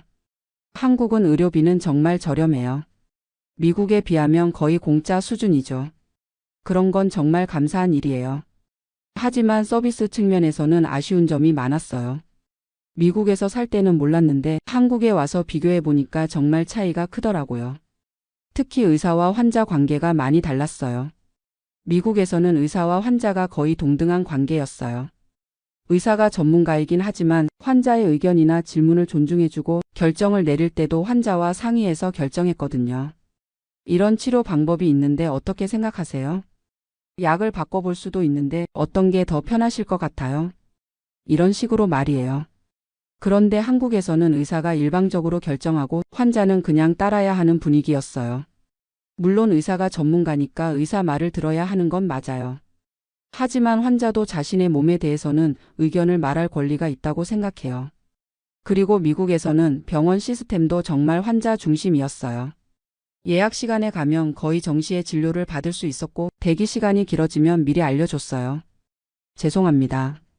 의사가 응급 상황으로 좀 늦어질 것 같아요. 20분 정도 더 기다려 주시겠어요? 이런 식으로 말이에요. 그리고 만약에 대기 시간이 너무 길어지면 다른 시간으로 예약을 바꿔주기도 했어요. 한국에서는 그런 게 없었어요. 예약 시간에 가도 1시간씩 기다리는 건 기본이고 그에 대한 사과나 설명도 없었어요. 당연하다는 듯이 기다리라고 하더라고요. 또 다른 차이점은 의료진의 태도였어요. 미국에서는 의사든 간호사든 정말 프로페셔널했어요. 환자 앞에서는 항상 웃음을 잃지 않고 힘든 내색을 하지 않았거든요. 아무리 바빠도 환자한테는 친절하게 대해줬어요. 그런데 한국에서는 의료진들이 스트레스를 그대로 드러내는 경우가 많았어요. 짜증난 표정으로 환자를 대한다거나 목소리가 차갑다거나 이런 일들이 자주 있었어요. 물론 이해할 수는 있어요. 한국 의료진들이 정말 힘들게 일한다는 걸 알거든요. 환자는 많고 시간은 부족하고 그러니까 스트레스 받을 수밖에 없죠. 하지만 환자 입장에서는 그런 것까지 이해하기 어려워요. 아플 때는 마음도 약해지는데 의료진까지 차갑게 대하면 더 우울해지거든요. 제가 가장 그리운 건 미국 병원의 따뜻함이에요. 환자를 진짜 사람으로 대해준다는 느낌이었거든요. 미국에서 단골로 다니던 닥터 존스는 제가 감기 걸렸을 때도 많이 아프시겠어요. 빨리 나으시길 바랍니다. 라고 진심으로 걱정해주는 말투였어요. 그리고 약 처방해줄 때도 이 약 먹으시고 며칠 후에 어떤지 전화로라도 알려주세요. 걱정되거든요. 라고 하더라고요. 그런 말 한마디가 환자에게는 정말 큰 위로가 되는 거예요. 한국에서는 그런 걸 경험해 본 적이 없어요. 의사가 환자를 걱정한다는 느낌을 받아본 적이 없거든요. 그냥 업무적으로 처리한다는 느낌이에요. 물론 한국 의료 시스템에도 좋은 점이 많아요. 일단 접근성이 좋죠. 어디서든 쉽게 병원에 갈 수 있고 의료비도 저렴하고 의료진의 실력도 뛰어나고요. 미국에서는 응급 상황이 아닌 이상 병원 가기가 쉽지 않았어요. 예약도 몇 주 전에 잡아야 하고 전문에 보려면 몇 달씩 기다려야 하는 경우도 있었거든요. 그에 비해 한국은 정말 편해요. 아프면 바로 병원에 갈 수 있고 같은 날에 여러 과를 볼 수도 있고요. 하지만 서비스 품질 면에서는 아쉬워요. 특히 환자를 대하는 태도 면에서는 미국이 훨씬 좋았어요. 지금도 가끔 미국에 있을 때가 그리워져요. 아플 때 닥터 존슨한테 가서 따뜻한 말을 들었던 게 그리워지거든요. 한국 의료진들도 분명히 환자를 걱정하는 마음은 있을 거예요. 하지만 그걸 표현할 여유가 없는 것 같아요. 너무 바쁘고 환자도 많고 시간도 부족하고. 그래서 정작 중요한 인간적인 따뜻함은 놓치게 되는 것 같아요. 요즘 한국 젊은 의사들 중에서 미국으로 가려는 사람들이 많다고 들었어요. 처음에는 이해가 안 됐는데 이제는 조금 이해가 되는 것 같아요. 미국에서는 적어도 환자를 제대로 된 사람으로 대해줄 수 있는 시간과 여유가 있거든요. 물론 미국 의료 시스템이 완벽한 건 아니에요. 비용 문제도 크고 접근성 문제도 있고요. 하지만 적어도 환자와 의사가 인간적인 관계를 맺을 수 있다는 점에서는 미국이 나은 것 같아요. 저는 이제 한국에서 살아야 하니까 한국 의료 시스템에 적응해야겠지만 가끔은 미국에서 받았던 따뜻한 의료 서비스가 그리워져요. 의료진 여러분들이 이 글을 보신다면 환자도 사람이라는 걸 생각해 주셨으면 좋겠어요. 바쁜 건 이해하지만 따뜻한 말 한마디, 친절한 미소 하나가 환자에게는 정말 큰 힘이 된다는 걸요. 그리고 한국 의료 시스템도 조금씩이라도 변화했으면 좋겠어요. 의료진들이 환자와 충분히 소통할 수 있는 시간과 여유를 가질 수 있도록. 미국에서 15년 살다가 한국에 온 한 사람의 솔직한 경험담이었습니다. 비판하려는 게 아니라 더 나은 의료 서비스를 위한 작은 의견으로 받아주셨으면 좋겠어요. 감사합니다. 안녕하십니까? 저는 올해 65세가 된 제1교포 3세입니다. 지난달 40여 년을 살아온 도쿄를 떠나 지방의 작은 도시로 이주했습니다. 많은 분들이 물어보시더군요. 왜 번화한 도쿄를 떠나 시골로 가느냐고요. 사실 이 결정을 내리기까지 3년이 걸렸습니다. 매달 받는 일본 연금은 18만엔, 한국 돈으로 치면 180만 원 정도 되겠군요. 일본에서 태어나 평생을 일본에서 살았지만 한국 국적을 유지하고 있는 저로서는 이 연금이 전부입니다. 도쿄에서 이 돈으로 살아간다는 것이 얼마나 힘든 일인지 아마 많은 분들이 상상하지 못하실 겁니다. 월세만 해도 8만엔이 넘어가고 전기, 가스, 수도세까지 합치면 10만엔은 금세 사라집니다. 남은 8만엔으로 식비와 의료비, 생필품을 해결해야 하는 거죠. 하지만 단순히 경제적인 이유만으로 도쿄를 떠난 건 아닙니다. 65년을 살아오면서 느꼈던 묘한 소외감, 어디에도 완전히 속하지 못한다는 그 답답함이 더 컸습니다.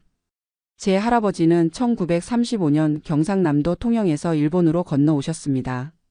당시 20살이던 할아버지는 먹고 살기 위해, 가족을 부양하기 위해 어쩔 수 없이 바다를 건너셨죠.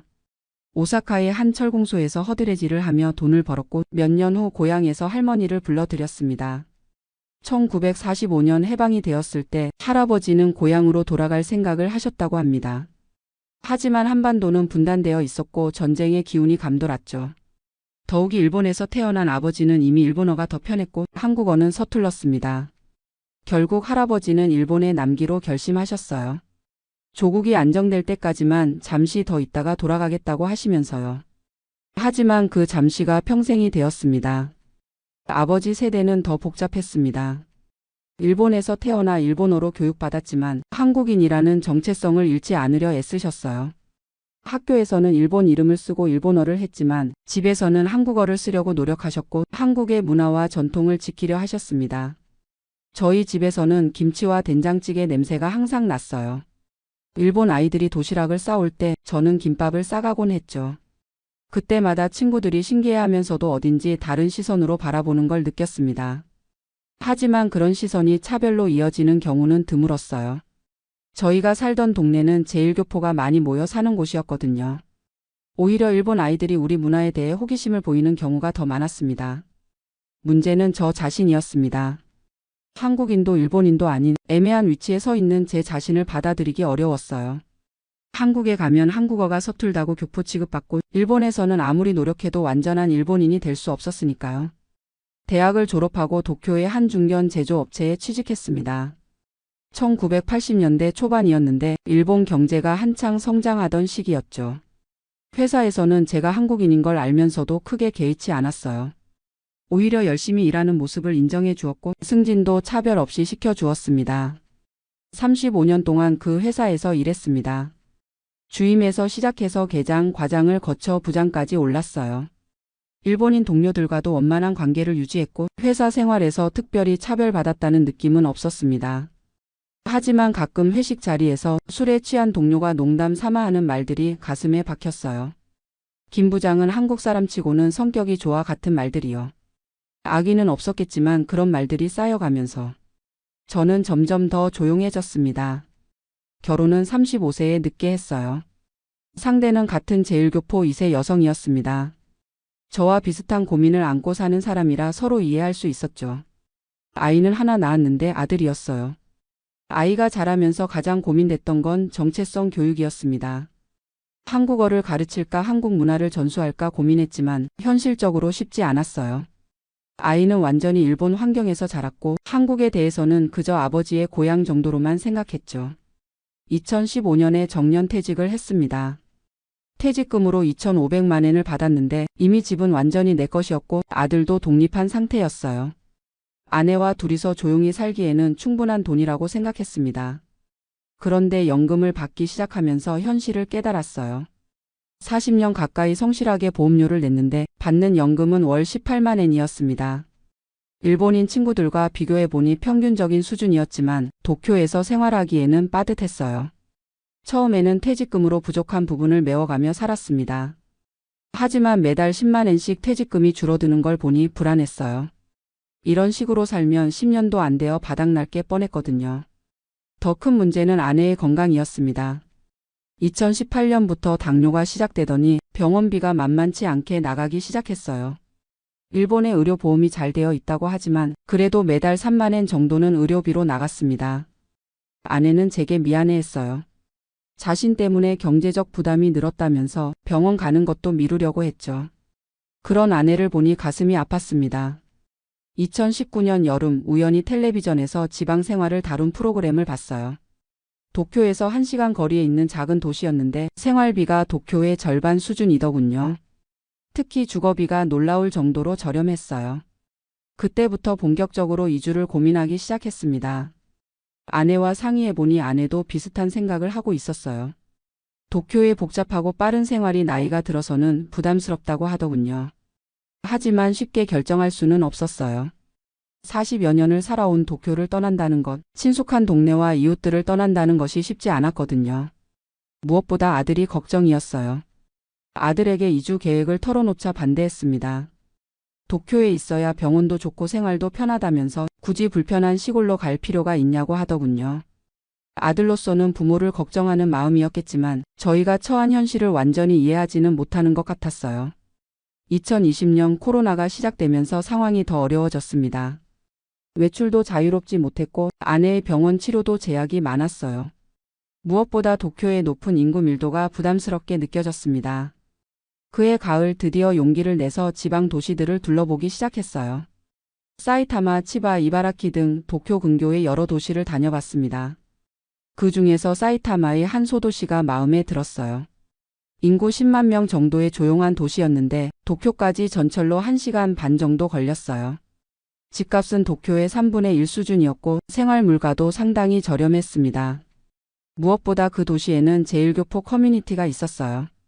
규모는 작았지만 따뜻한 분위기였고 나이 비슷한 분들이 많았습니다. 처음으로 내가 여기 속할 수 있겠다는 생각이 들었어요. 2021년 봄 본격적으로 이주 준비를 시작했습니다. 도쿄에 집을 팔고 그 돈으로 지방에 작은 집을 사는 계획이었어요. 도쿄 집값이 많이 올라서 3천만 엔에 팔 수 있었고 지방에서는 1천만 엔이면 괜찮은 집을 살 수 있었습니다. 차액 2천만 엔은 노후 자금으로 저축해두면 연금과 함께 여유롭게 살 수 있을 것 같았어요. 게다가 지방에서는 월 생활비가 12만 엔 정도면 충분했거든요. 도쿄에서 20만 엔 들던 게 12만 엔이면 되니까 훨씬 여유로워졌죠. 하지만 이주하기 전까지도 마음 한구석에는 불안이 있었어요. 과연 내가 그 낯선 곳에 적응할 수 있을까? 도쿄를 떠나는 게 정말 옳은 선택일까 하는 의구심이었죠. 특히 제1교포로서의 정체성 문제가 더 복잡해질 것 같았어요. 도쿄에서는 워낙 다양한 사람들이 모여 살다 보니 한국인이라는 게 크게 눈에 띄지 않았거든요. 하지만 작은 지방 도시에서는 어떨까 하는 걱정이 있었습니다. 그런 고민을 하던 중에 아내가 말했어요. 우리가 지금까지 어디에도 완전히 속하지 못하고 살았는데 그럼 이제라도 우리가 편한 곳에서 살면 안 될까요? 아내의 말이 가슴에 와 닿았습니다. 맞아요. 지금까지 남의 시선을 너무 의식하며 살았던 것 같아요. 한국인으로서 일본인으로서 어떻게 보일까만 생각하고 정작 내가 행복한지는 생각해 보지 못했던 거죠. 2022년 여름 드디어 이주를 했습니다. 도쿄의 친구들은 아쉬워했지만 제 결정을 존중해 주었어요. 아들도 마지막에는 아버지 행복이 제일 중요하다며 이해해 주었습니다. 새로운 도시에서의 생활은 생각보다 좋았어요. 우선 경제적 부담이 확실히 줄었습니다. 연금 18만 엔만으로도 충분히 생활할 수 있었고 오히려 매달 조금씩 저축할 수 있게 되었어요. 의료비도 줄었습니다. 지방의 병원들이 도쿄만큼 첨단은 아니지만 기본적인 치료는 충분했고 의사 선생님들이 더 친절하게 진료해 주셨어요. 무엇보다 마음이 편해졌습니다. 복잡한 도쿄에서는 항상 무언가에 쫓기는 느낌이었는데 이곳에서는 여유롭게 하루하루를 보낼 수 있어요. 제1교포 커뮤니티 분들과도 금세 친해졌습니다. 나이 비슷한 분들이 많아서 공통 관심사도 많았고 서로의 고민을 이해할 수 있었어요. 한 달에 한 번씩 모여서 한국 음식을 해 먹으며 이야기를 나누는데 그런 시간들이 참 소중합니다. 가끔은 한국에 대한 이야기도 해요. 저처럼 한 번도 한국에 가보지 못한 분들도 있고 몇 번 다녀오신 분들도 있어요. 각자의 경험을 나누다 보면 공감되는 부분이 많아요. 우리는 모두 어디에 속해야 할지 모르는 사람들이었지만 이제는 서로가 서로의 고향이 되어주는 것 같아요. 혈연도 지연도 아닌 그냥 같은 아픔을 나눈 사람들의 연대 같은 거죠. 요즘은 작은 텃밭을 가꾸고 있습니다. 배추와 물을 키워서 김치를 담그고 고추도 키워서 고춧가루를 만들어요. 할아버지가 그리워하셨을 고향의 맛을 이곳에서 만들어가고 있는 거죠. 아내의 건강도 많이 좋아졌어요. 스트레스가 줄어서인지 당뇨 수치도 안정되었고 매일 산책을 하면서 체력도 늘었습니다. 도쿄에서는 상상할 수 없었던 여유로운 생활이에요. 아들이 가끔 찾아와요. 처음에는 시골이라고 지루해했는데 이제는 여기 공기 좋고 조용한 걸 좋아해요. 아버지가 여기 오시길 잘했다고 말해주기도 합니다. 돌이켜보면 도쿄를 떠난 이유는 단순히 경제적인 것만은 아니었어요. 물론 생활비 부담이 컸던 것도 사실이지만 더 큰 이유는 진정한 나 자신을 찾고 싶었던 것 같아요. 제1교포 3세로 태어나서 65년을 살아오면서 저는 항상 남의 기준에 맞춰 살려고 노력했어요. 한국인이라면 이래야 한다. 일본에 사는 사람이라면 저래야 한다. 그런 틀에 끼워 맞추려고 했었죠. 하지만 이제는 그냥 김모 씨로 살고 싶어요. 한국인도 일본인도 아닌 그냥 저 자신으로요. 나이가 들어서야 깨달은 것이지만 정체성이라는 건 남이 정해주는 게 아니라 스스로 만들어가는 거더군요. 이곳에서 만난 제1교포 분들을 보면 각자 나름대로의 방식으로 자신만의 정체성을 만들어가고 계세요. 어떤 분은 한국 문화를 열심히 공부하시고 어떤 분은 일본 사회에 완전히 동화되어 사시고 또 어떤 분은 저처럼 그 중간 어디쯤에서 편안함을 찾으셨어요. 정답은 없는 것 같아요. 중요한 건 자신이 편안하고 행복한 길을 찾는 것이겠죠. 요즘 저의 하루는 이렇습니다. 아침 일찍 일어나서 텃밭에 물을 주고 아내와 함께 산책을 해요. 오후에는 책을 읽거나 텔레비전을 보고 저녁에는 동네 제1교포 모임에 나가기도 합니다. 단순하지만 만족스러운 하루하루예요. 도쿄에서는 항상 무언가를 해야 한다는 압박감이 있었는데 이곳에서는 그냥 있는 그대로의 시간을 즐길 수 있어요. 연금 18만 엔으로도 충분히 행복할 수 있다는 걸 알았습니다. 돈이 많으면 좋겠지만 적어도 기본적인 생활은 가능하고 무엇보다 마음의 평화를 얻었어요. 젊었을 때는 성공하고 인정받는 것이 중요하다고 생각했어요. 회사에서 승진하고 좋은 집에 살고 아들을 좋은 대학에 보내는 것이 인생의 목표였죠. 하지만 이제는 달라요. 성공보다는 평화가, 인정받는 것보다는 자기 자신에게 솔직한 것이 더 중요하다고 생각해요.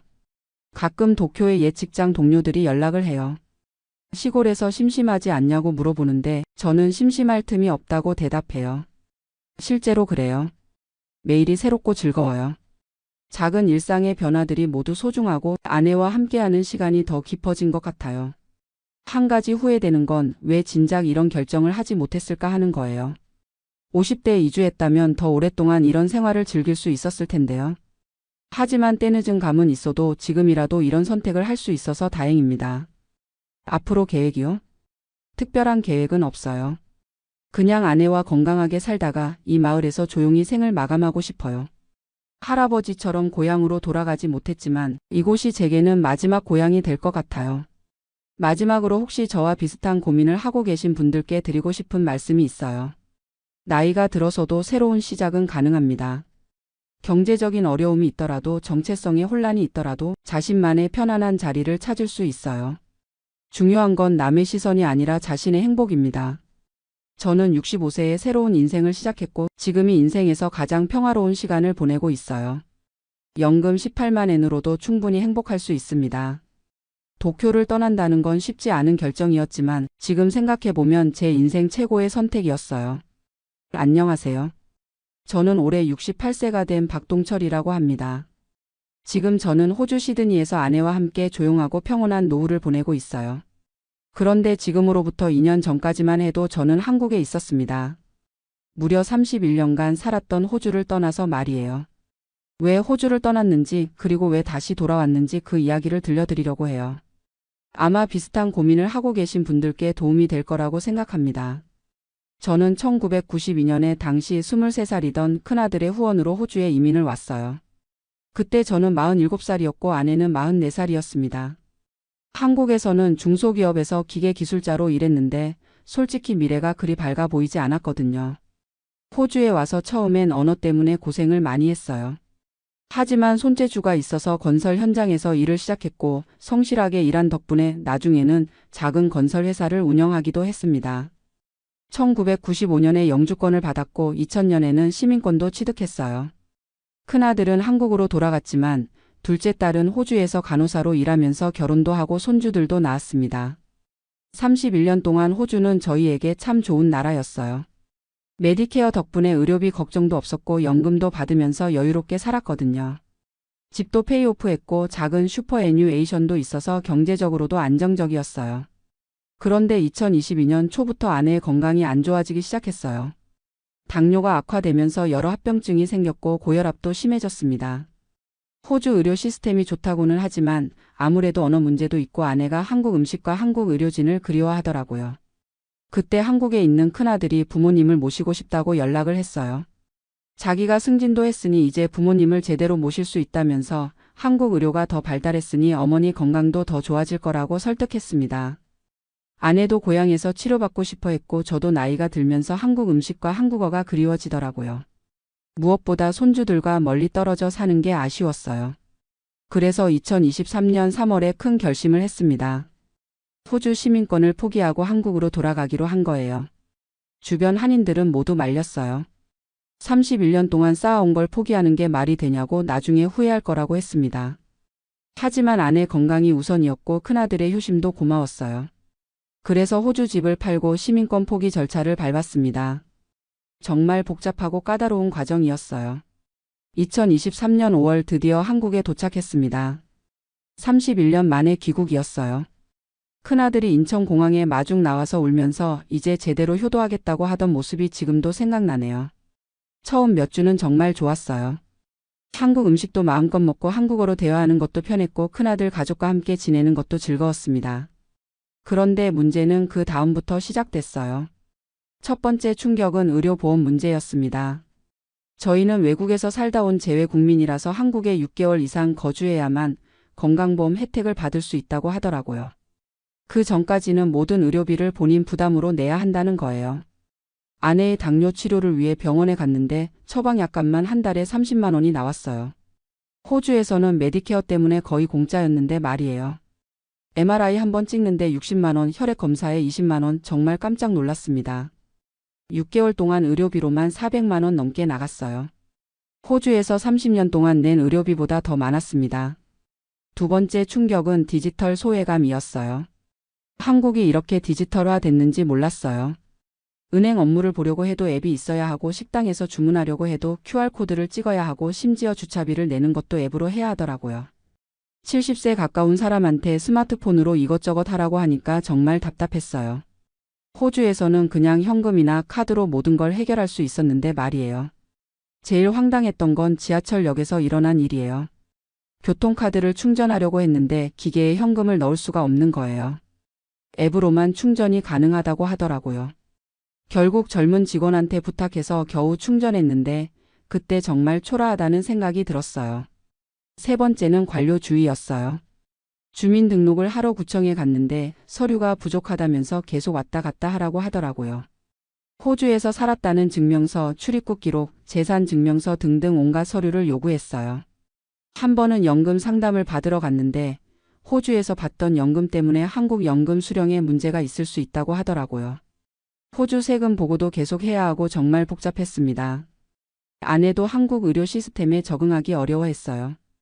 호주에서는 가정의가 모든 걸 관리해줬는데 한국에서는 진료과마다 따로 가야 하고 대기 시간도 길고 의사들도 바빠서 충분한 설명을 해주지 않더라고요. 무엇보다 예상보다 생활비가 많이 들었어요. 호주에서 받던 연금을 한국 원화로 바꾸면 한 달에 250만 원 정도였는데 한국에서 살아보니 턱없이 부족했어요. 큰아들이 용돈도 주고 도와주려고 했지만 40대 직장인이 부모님까지 책임지기에는 부담이 컸어요. 아들도 집 대출도 있고 아이들 교육비도 만만치 않은데 부모님까지 모시려니 스트레스를 받는 게 보였거든요. 그리고 솔직히 자녀들의 간섭도 부담스러웠어요. 어디 가려고 해도 위험하다, 조심하라, 뭘 사려고 해도 그건 비싸다, 필요 없다 이런 식으로 제안하더라고요. 31년 동안 독립적으로 살았던 사람한테는 정말 답답한 일이었어요. 한국에 온 지 6개월쯤 됐을 때 문득 호주에서의 생활이 그리워지기 시작했어요. 넓은 집, 조용한 동네, 여유로운 생활, 친절한 이웃들, 그리고 무엇보다 자유로운 분위기가 그리웠습니다. 둘째 딸한테 영상통화를 할 때마다 호주 이야기를 들으면 더 그리워졌어요. 딸이 아빠 언제 다시 오실 거예요? 아이들이 할아버지 할머니 보고 싶어 해요라고 할 때마다 마음이 흔들렸습니다. 그러던 중 결정적인 사건이 일어났어요. 아내가 응급실에 실려간 일이 있었는데 6시간 동안 대기하다가 겨우 진료를 받았어요. 호주였다면 메디케어 카드 하나로 모든 게 해결됐을 텐데 한국에서는 보험 적용도 안 되고 응급실비만 80만 원이 나왔습니다. 그때 확신했어요. 이건 아니냐, 다시 호주로 돌아가야겠다고 말이에요. 2024년 3월 한국에 온 지 정확히 1년이 됐을 때 아내와 진지한 대화를 했어요. 여보, 우리 다시 호주로 가는 게 어떨까? 했더니 아내도 나도 그 생각을 하고 있었다고 하더라고요. 아내도 한국 의료 시스템이 생각보다 복잡하고 비싸다는 걸 느꼈고 무엇보다 호주에서의 자유로운 생활이 그리웠다고 하더라고요. 하지만 가족들에게 이 이야기를 꺼냈을 때는 난리가 났어요.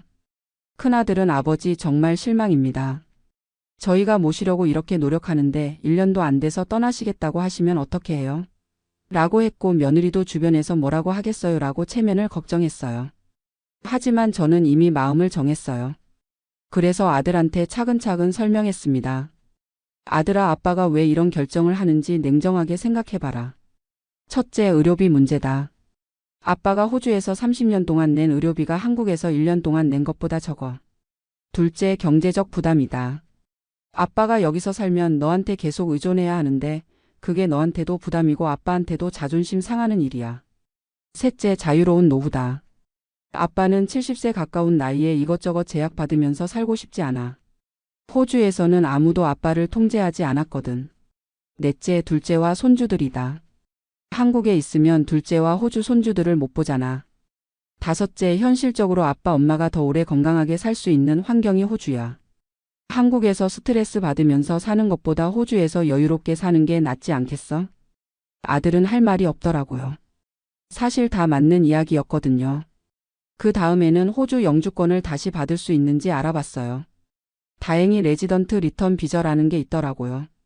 과거에 영주권을 가졌던 사람이 특별한 사정이 있으면 다시 신청할 수 있는 비자였어요.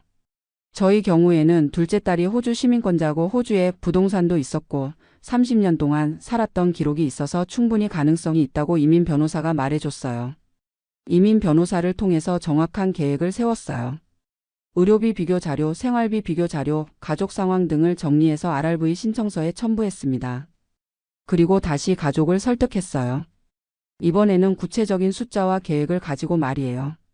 아들아, 아빠가 감정적으로 결정하는 게 아니야. 현실적으로 계산해 봤어. 한국에서 1년 동안 든 비용이 호주에서 5년 동안 들 비용보다 많아. 그리고 아빠가 여기 있으면 너한테 매달 최소 100만 원은 부담을 줘야 해. 그런데 호주에서는 연금과 슈퍼만으로도 충분해. 의료비도 마찬가지야. 어머니 당뇨 치료비만 한 달에 30만 원인데 호주에서는 거의 공짜거든. 1년이면 360만 원 차이야. 그리고 가장 중요한 건 정신 건강이야. 아빠가 여기서 스트레스 받으면서 사는 것보다 호주에서 자유롭게 사는 게 더 오래 살 수 있는 방법이야. 아빠가 건강해야 너희도 걱정 안 하잖아. 숫자로 보여주니까 아들도 이해하더라고요. 아내는 처음부터 저를 지지해줬어요. 사실 아내가 더 한국 생활에 적응하기 어려워했거든요. 호주에서 30년 동안 살면서 이미 호주 사람이 다 된 상태였는데 갑자기 한국 생활을 하려니까 정말 힘들었던 거예요. 둘째 딸은 당연히 저희 편이었어요. 아빠 빨리 오세요. 여기서 기다리고 있을게요 라고 하면서 호주에서 집도 알아봐주고 RRV 신청에 필요한 서류도 준비해줬어요. 결국 큰아들도 마지못해 이해한다고 했어요. 아버지가 행복하신 게 제일 중요하니까 건강하게 사시다가 가끔 한국에 놀러 오세요라고 하더라고요. 2024년 8월 RRV 비자가 승인됐어요. 1년짜리였지만 일단 호주에 들어갈 수 있게 된 거였어요. 호주에 들어가서 다시 2년 거주 조건을 충족하면 5년짜리 연장도 가능하다고 했고요. 한국에서의 마지막 한 달은 정말 바빴어요. 그동안 쌓인 물건들 정리하고 은행 계좌 정리하고 건강보험 해지하고 여러 가지 행정 절차를 밟아야 했어요. 큰아들은 끝까지 서운해했지만 그래도 공항까지 배웅을 나왔어요. 아버지 자주 연락드릴게요.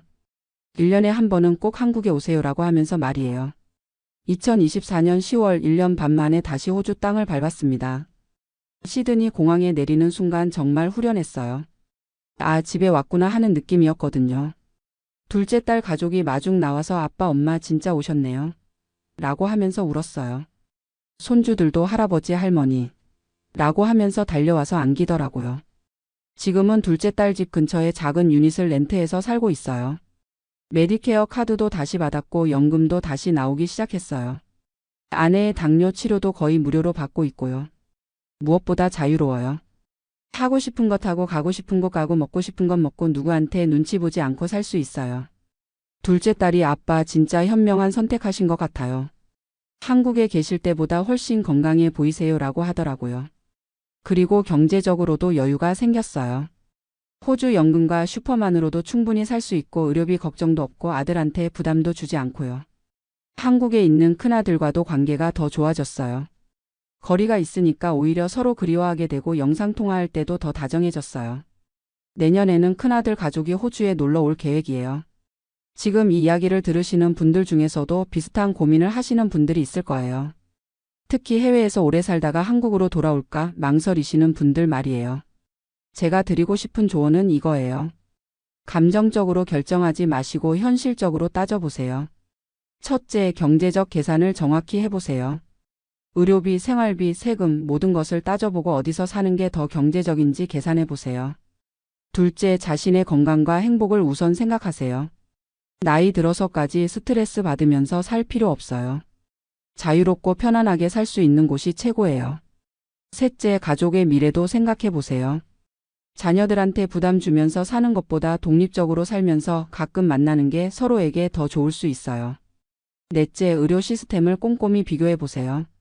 나이 들수록 의료비가 제일 중요한데 어느 나라 시스템이 더 유리한지 정확히 알아보세요. 다섯째, 혹시 실수했다고 생각되면 다시 되돌릴 용기도 필요해요. 한번 결정했다고 무조건 고집 부리지 말고 잘못된 결정이면 바꿀 수 있어야 해요. 저는 다행히 1년 만에 잘못을 깨닫고 다시 돌아올 수 있었어요. 만약 고집 부렸다면 지금도 한국에서 스트레스 받으면서 살고 있었을 거예요. 물론 모든 분이 저와 같은 선택을 해야 한다는 건 아니에요. 한국에서 잘 적응하고 행복하게 사시는 분들도 많거든요. 중요한 건 자신의 상황에 맞는 현명한 선택을 하는 거예요. 저는 지금 호주에서 정말 만족스러운 노후를 보내고 있어요. 매주 둘째 딸 가족과 바비큐 파티도 하고 손주들과 공원에서 놀기도 하고 아내와 함께 해변 산책도 즐기고 있어요. 건강도 한국에 있을 때보다 훨씬 좋아졌어요. 스트레스가 없으니까 혈압도 안정되고 아내 당뇨도 잘 관리되고 있어요. 호주 가정의가 모든 걸 체계적으로 관리해 주니까 정말 편해요. 경제적으로도 여유가 생겨서 가끔 한국 큰아들한테 용돈도 보내줄 수 있게 됐어요. 한국에 있을 때는 받기만 했는데 이제는 줄 수 있게 된 거죠. 이게 부모로서 자존심이 서는 일이에요. 내년에는 둘째 딸이 휴가를 내서 유럽 여행을 함께 가자고 제안했어요. 호주 여권으로는 유럽 여행이 훨씬 쉽거든요. 이런 것도 호주에 있기 때문에 가능한 일이에요. 그리고 무엇보다 마음이 편해요. 아무한테도 눈치 보지 않고 하고 싶은 대로 살 수 있으니까 정말 자유로워요. 이게 진짜 노후 생활이구나 싶어요. 물론 한국도 그리워요. 한국 음식도 먹고 싶고 큰아들도 보고 싶고 옛 친구들도 만나고 싶어요. 그래서 1년에 한 번 정도는 한국에 놀러 갈 계획이에요. 이제는 관광객으로 가는 거니까 부담 없이 즐겁게 다녀올 수 있을 것 같아요. RRV 비자도 내년에 다시 갱신해야 하는데 이민 변호사가 이번에는 5년짜리로 받을 수 있을 거라고 했어요. 2년 거주 조건을 충족할 예정이거든요. 혹시나 해서 말씀드리는데 영주권 포기했다고 해서 절대 다시 못 오는 게 아니에요. RRV라는 제도가 있으니까 조건만 맞으면 얼마든지 다시 올 수 있어요. 특히 가족이 호주에 있거나 호주에 자산이 있거나 오래 거주했던 기록이 있으면 가능성이 높아요. 다만 시민권은 한번 포기하면 다시 받기가 어려우니까 그 부분은 신중하게 생각해 보세요. 저도 시민권 포기한 건 좀 아쉽긴 해요. 하지만 영주권만으로도 충분히 살 수 있으니까 큰 문제는 없어요. 마지막으로 한 가지 더 말씀드리고 싶은 건 나이 들어서도 새로운 결정을 할 수 있다는 거예요. 68세에 이런 큰 결정을 내린다고 주변에서 많이 말렸지만 결과적으로는 잘한 선택이었어요. 나이가 많다고 해서 현상 유지만 하고 살 필요는 없어요. 잘못된 선택이라고 생각되면 언제든 바꿀 수 있어야 해요. 물론 신중해야 하지만 너무 보수적일 필요도 없다고 생각해요. 저희 같은 경우는 1년이라는 시간이 있었기 때문에 정확한 비교가 가능했어요. 만약 한국에 가보지 않았다면 계속 그때 한국에 갔으면 어땠을까 하고 후회했을 거예요. 가봤기 때문에 확실하게 알 수 있었던 거죠. 지금 비슷한 고민을 하고 계신 분들께서는 충분히 알아보시고 가족과도 충분히 상의하셔서 현명한 결정을 내리시길 바라요. 그리고 혹시 결정을 바꾸게 되더라도 부끄러워하지 마세요. 자신의 행복과 건강이 제일 중요한 거니까요. 저는 이제 정말 만족스러운 노후를 보내고 있어요. 아침에 일어나서 커피 한 잔 마시고 신문 읽고 아내와 함께 산책하고 손주들과 놀고 둘째 딸과 대화하고. 이런 평범한 일상이 얼마나 소중한지 새삼 느끼고 있어요. 한국에서의 1년도 나쁘지 않은 경험이었어요. 큰아들의 효심도 느낄 수 있었고 한국의 변화된 모습도 볼 수 있었거든요. 다만 제가 살기에는 호주가 더 맞았다는 걸 확인한 거죠. 앞으로도 한국과 호주 두 나라 모두와 좋은 관계를 유지하면서 살아갈 계획이에요. 큰아들과도 자주 연락하고 호주 손주들과도 많은 시간을 보내고 두 나라의 장점을 모두 누리면서 살고 싶어요. 여러분도 자신에게 맞는 최선의 선택을 하시길 바라고 그 선택에 대해 자신감을 가지고 살아가시길 바랍니다. 나이는 숫자에 불과해요. 언제든 새로운 도전을 할 수 있고 더 나은 삶을 추구할 수 있어요. 저의 이야기가 비슷한 고민을 하고 계신 분들께 조금이라도 도움이 되었으면 좋겠어요. 현명한 선택은 감정이 아닌 이성으로 하는 거라는 걸 꼭 기억하세요. 감사합니다. 안녕하세요. 저는 올해 52세인 박민수라고 합니다. 지금 제가 있는 곳은 미국 텍사스주 플라노라는 도시예요. 창밖으로 보이는 넓은 앞마당과 뒷마당, 그리고 이 고요한 적막감이 아직도 믿기지 않습니다. 3년 전 한국을 떠날 때만 해도 이런 평화로운 일상이 올 거라고는 꿈에도 생각 못했거든요. 제가 왜 이렇게 된 건지 처음부터 차근차근 말씀드려 볼게요. 저는 한국에서 IT 회사에 다니는 평범한 직장인이었습니다. 서울 강동구에 있는 32평 아파트에서 아내와 아들 둘과 함께 살았어요. 2003년에 분양받아서 20년 가까이 살았던 집이었죠. 처음엔 정말 좋았어요. 깨끗하고 넓고 학군도 괜찮고 지하철역도 가깝고 교통도 편리했거든요. 그런데 문제는 2018년쯤부터 시작됐습니다. 저희 집 위층에 새로운 가족이 이사를 온 거예요.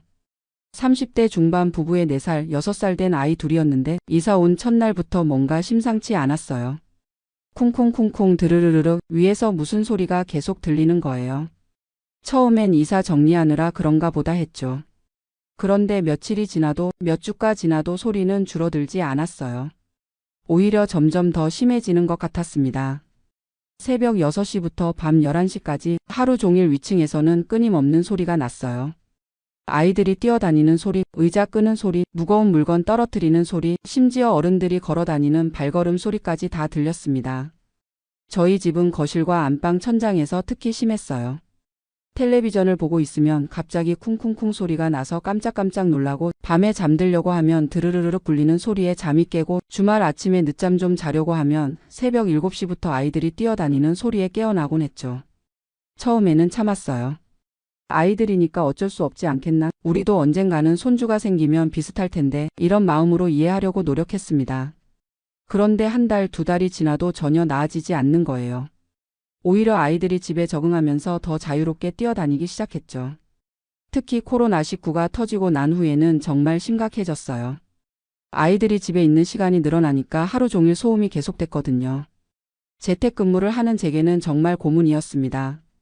중요한 화상회의를 하고 있는데 갑자기 위에서 쿵쿵쿵 소리가 나면 상대방이 지금 무슨 소리 나는데요? 라고 물어보곤 했어요. 정말 창피하고 스트레스였습니다. 아내도 집에서 일하는 시간이 늘어나면서 같이 힘들어했어요. 여보, 이거 정말 못 참겠어요. 너무 스트레스예요.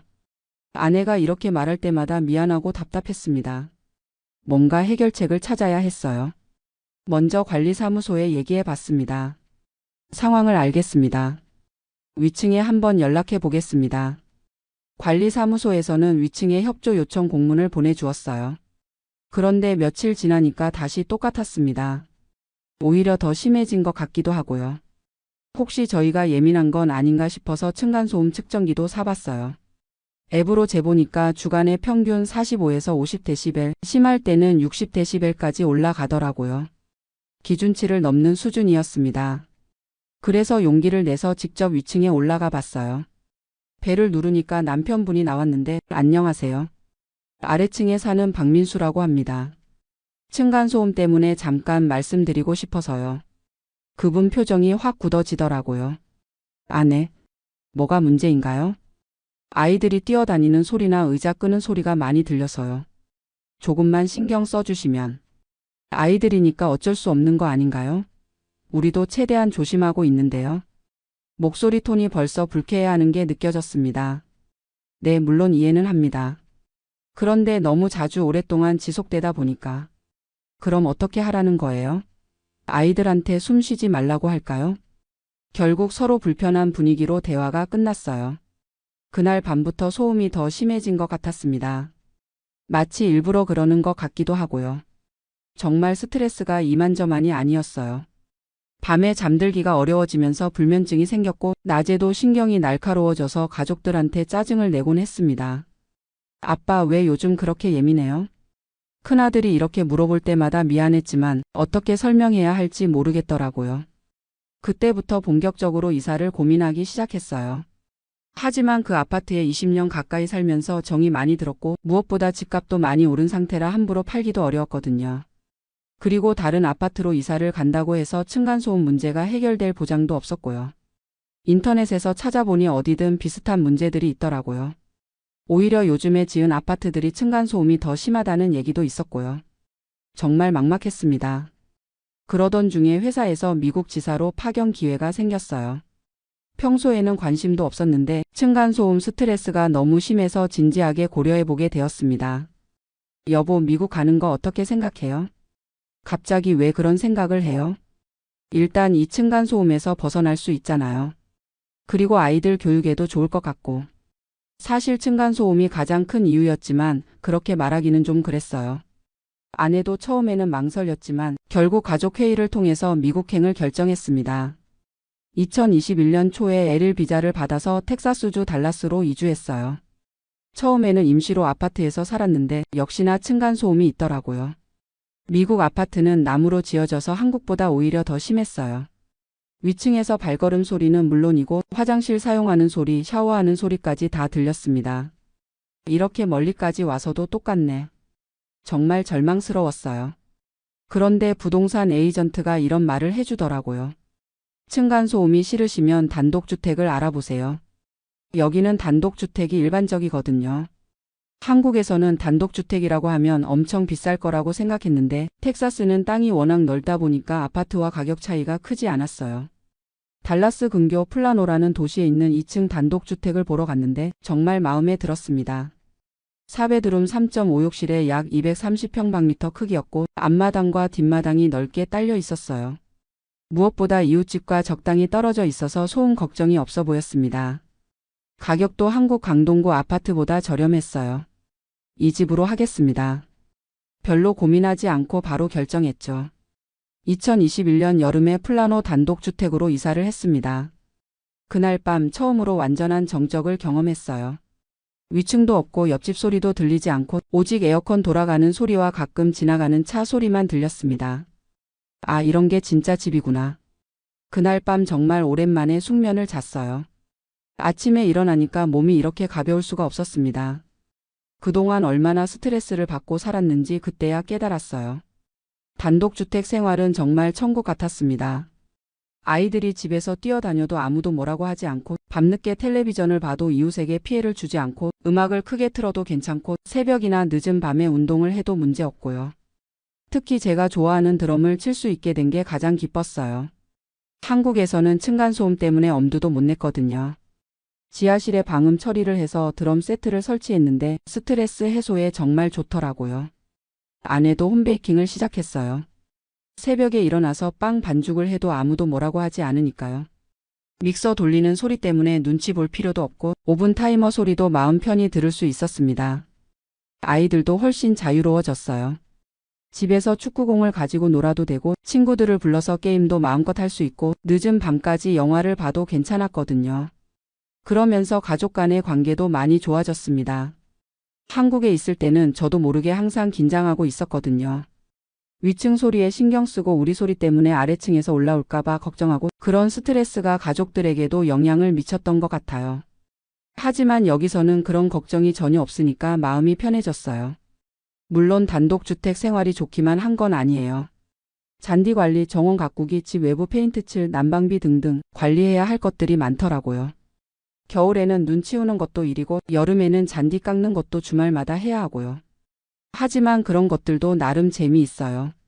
정원 가꾸는 게 취미가 되었고 집 수리하는 것도 유튜브 보면서 배워서 직접 하다 보니 성취감도 있고요. 무엇보다 이웃들과의 관계가 정말 좋아요. 한국 아파트에서는 옆집 사람 얼굴도 모르고 지냈는데 여기서는 이웃들이 먼저 인사도 해주고 바비큐 파티에 초대해 주기도 하고 아이들이 놀 때도 자유롭게 이웃집을 드나들어요. 층간소음 때문에 서로 예민해할 필요가 없으니까 관계가 훨씬 편안한 것 같아요. 지금 생각해보면 한국에서의 그 층간소음 스트레스가 제 인생을 바꾼 계기가 되었네요. 만약 그 일이 없었다면 미국으로 올 생각도 안 했을 테고 이런 평화로운 생활도 경험하지 못했을 거예요. 물론 한국이 그립기도 해요. 음식, 문화, 가족, 친구들. 하지만 이 정적과 평화로움은 정말 포기할 수 없을 것 같아요. 한국 친구들이 놀러 오면 가장 놀라는 게 이 조용함이에요. 여기 진짜 조용하다. 위층 소리 전혀 안 들리네? 당연하지. 위층이 없는데? 그럴 때마다 한국의 층간소음 문제가 얼마나 심각한지 새삼 느껴져요. 최근에 한국 뉴스를 보니까 층간소음 때문에 이웃 간에 싸우고 심지어 폭력 사건까지 일어나는 경우가 많더라고요. 정말 안타까운 일이에요. 저도 그때 참지 않고 더 강하게 항의했다면 어떻게 되었을까 싶기도 하고요. 지금은 코로나도 끝나고 아이들도 잘 적응해서 정말 만족스러운 생활을 하고 있어요. 큰아들은 미국 대학교 진학을 준비하고 있고 둘째도 현지 학교에서 친구들과 잘 지내고 있어요. 아내도 여기서 새로운 일을 시작했고 저도 회사에서 인정받으면서 잘 다니고 있습니다. 혹시 한국에서 층간소음 때문에 고생하고 계신 분들이 있다면 단독주택으로 이사하는 것도 고려해 보세요. 물론 한국은 땅값이 비싸서 쉽지 않겠지만 외곽 지역이나 지방 도시에는 괜찮은 단독주택들도 있더라고요. 아니면 최상층이나 1층으로 이사하는 것도 방법이고요. 층간소음은 정말 삶의 질을 크게 떨어뜨리는 문제인 것 같아요. 스트레스, 불면증, 가족 갈등까지 유발하니까요. 저처럼 극단적으로 해외까지 갈 필요는 없지만 어떻게든 해결 방법을 찾으시길 바라요. 지금 제가 매일 아침 일어나서 가장 감사하는 게 이 고요함이에요. 새소리, 바람소리만 들리는 이 평화로운 아침, 위층 소리 걱정 없이 편안히 잠들 수 있는 밤, 이런 게 진짜 행복인 것 같습니다. 물론 미국 생활이 모든 면에서 완벽한 건 아니에요. 의료비는 비싸고 총기 사고 위험도 있고 아시아 음식이 그립기도 하고요. 하지만 적어도 집에서만큼은 완전한 평화를 누릴 수 있다는 게 정말 소중해요. 한국에 계신 가족, 친구들과 영상통화를 할 때도 배경이 완전히 조용해서 거기 진짜 조용하네. 부럽다. 이런 말을 자주 듣는데 그럴 때마다 정말 다행이라는 생각이 들어요. 앞으로도 계속 이곳에서 살 계획이에요. 아이들이 대학을 졸업할 때까지는 적어도 여기 있을 거고 그 이후에는 한국으로 돌아갈지 계속 여기서 살지 고민해 볼 예정이에요. 하지만 한 가지 확실한 건 다시는 층간소음 때문에 스트레스 받는 곳에서는 살지 않을 거라는 거예요. 한번 이런 평화로움을 경험하고 나니까 포기할 수가 없더라고요. 여러분도 모두 평화로운 집에서 편안한 일상을 누리시길 바라며 이만 제 이야기를 마치겠습니다. 감사합니다. 저는 올해 71세가 된 이덕수라고 합니다. 지금 이 사연을 쓰면서도 가슴이 답답하고 후회되는 마음을 감출 수가 없어요. 3년 전 45년간 살았던 미국에서 시민권을 포기하고 한국으로 돌아왔습니다. 그때는 옳은 결정이라고 생각했는데 지금 와서 돌이켜보니 너무나 성급했다는 생각이 듭니다. 저와 같은 실수를 하는 분들이 더 이상 없기를 바라는 마음으로 이 글을 씁니다. 45년이라는 긴 세월을 미국에서 보내고 늦은 나이에 고국으로 돌아온 한 사람의 솔직한 이야기를 들어보시기 바랍니다. 1953년 경상북도 안동의 작은 시골 마을에서 태어난 저는 어려서부터 공부를 잘한다는 소리를 들었습니다. 농사만 짓던 아버지는 저에게 큰 기대를 걸고 계셨어요. 덕수야, 너만큼은 이 마을을 벗어나서 큰 사람이 되어야 한다. 아버지의 이 말씀이 제 인생의 방향을 결정했다고 할 수 있습니다. 하지만 1970년대 중반 한국의 상황은 녹록지 않았습니다. 대학을 졸업해도 취업이 쉽지 않았고 설령 취업을 해도 미래가 불투명했어요. 그때 미국에서 공부하고 있던 고등학교 선배 한 분이 편지를 보내주셨습니다. 미국에 와서 공부해보지 않겠느냐는 제안이었죠. 부모님께 말씀드리기가 쉽지 않았습니다. 농사만 지으시던 아버지가 어떻게 미국 유학비를 마련하시겠어요. 하지만 아버지는 논밭을 팔아서라도 저를 보내주시겠다고 하셨습니다. 이 기회를 놓치면 평생 후회할 것이다. 가서 성공해서 우리 가문의 영광을 높여라. 1978년 봄 24살의 나이에 처음으로 비행기를 타고 미국 땅을 밟았습니다. 인천공항도 없던 시절 김포공항에서 출발해서 24시간을 넘게 걸려 로스앤젤레스에 도착했어요. 공항에서 나왔을 때의 그 막막함을 지금도 잊을 수가 없습니다. 영어는 대학에서 배운 것이 전부였고 미국의 문화나 관습에 대해서는 아는 것이 거의 없었어요. 선배의 도움으로 겨우 UCLA 근처 하숙집을 구했습니다. 월세가 $150였는데 당시 제게는 엄청난 돈이었어요. 아버지가 보내주신 돈으로 한 학기 등록금과 생활비를 간신히 마련했지만 그 다음부터는 스스로 해결해야 했습니다. 낮에는 대학원에서 공부하고 밤에는 한국 식당에서 설거지를 했습니다. 주말에는 한인들이 운영하는 청소업체에서 일했어요. 하루에 4시간도 제대로 못 자면서 버텼습니다. 그래도 꿈이 있었기 때문에 견딜 수 있었어요. 기계공학을 전공했는데 당시 미국에서는 엔지니어에 대한 수요가 많았습니다. 열심히 공부한 덕분에 성적도 좋았고 교수님들께서도 저를 인정해 주셨어요.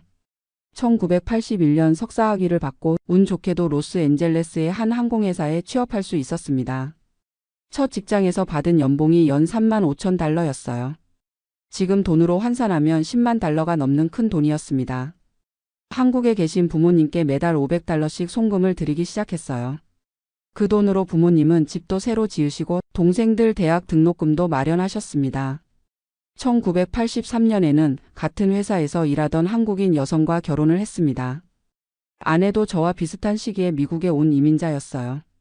신혼 시절에는 작은 아파트에서 시작했지만 둘 다 열심히 일해서 점점 생활이 나아졌습니다. 1985년 첫째 아들 지훈이가 태어났고 1987년에는 둘째 딸 수진이가 태어났어요. 아이들이 태어나면서 더욱 열심히 일했습니다. 미국에서 태어난 아이들이 차별받지 않고 살 수 있도록 더 좋은 환경을 만들어주고 싶었거든요. 1990년 드디어 영주권을 받았습니다. 그때의 기쁨을 말로 표현하기 어려워요. 이제 진짜 미국인이 될 수 있다는 희망이 생겼습니다.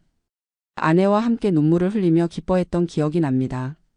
영주권을 받고 5년 후인 1995년 마침내 미국 시민권을 취득했습니다. 그날 선서식장에서 태극기와 성조기를 바라보며 가슴이 벅차 올랐어요. 17년간의 긴 여정 끝에 진짜 미국인이 된 것입니다. 한국에 계신 부모님께 전화를 드렸을 때 아버지께서 잘했다, 이제 정말 성공한 것이다라고 말씀하시며 우셨어요. 시민권을 받고 나서 생활은 더욱 안정되었습니다. 회사에서도 승진을 거듭해서 시니어 엔지니어가 되었고 연봉도 $80,000까지 올랐어요. 1998년에는 오렌지 카운티에 단독주택도 샀습니다. $300,000에 산 집이었는데 지금은 $1,500,000가 넘어요. 아이들도 잘 자랐습니다. 지훈이는 UC 버클리에서 컴퓨터 공학을 전공했고 졸업 후 실리콘밸리의 IT 회사에 취업했어요. 수진이는 UCLA에서 경영학을 공부하고 지금은 로스앤젤레스의 회계법인에서 일하고 있습니다. 두 아이 모두 미국에서 태어나고 자란 완전한 미국인이에요. 소셜 시큐리티도 차곡차곡 쌓여갔습니다. 35년간 성실하게 일하면서 세금을 냈으니 은퇴 후에는 월 $2,400 정도의 연금을 받을 수 있을 것으로 예상했어요. 65세가 되면 메디케어도 받을 수 있고 노후에 대한 걱정은 별로 없었습니다. 그런데 60대에 들어서면서 문제가 생기기 시작했습니다. 2015년 62세가 되던 해에 당뇨병 진단을 받았어요.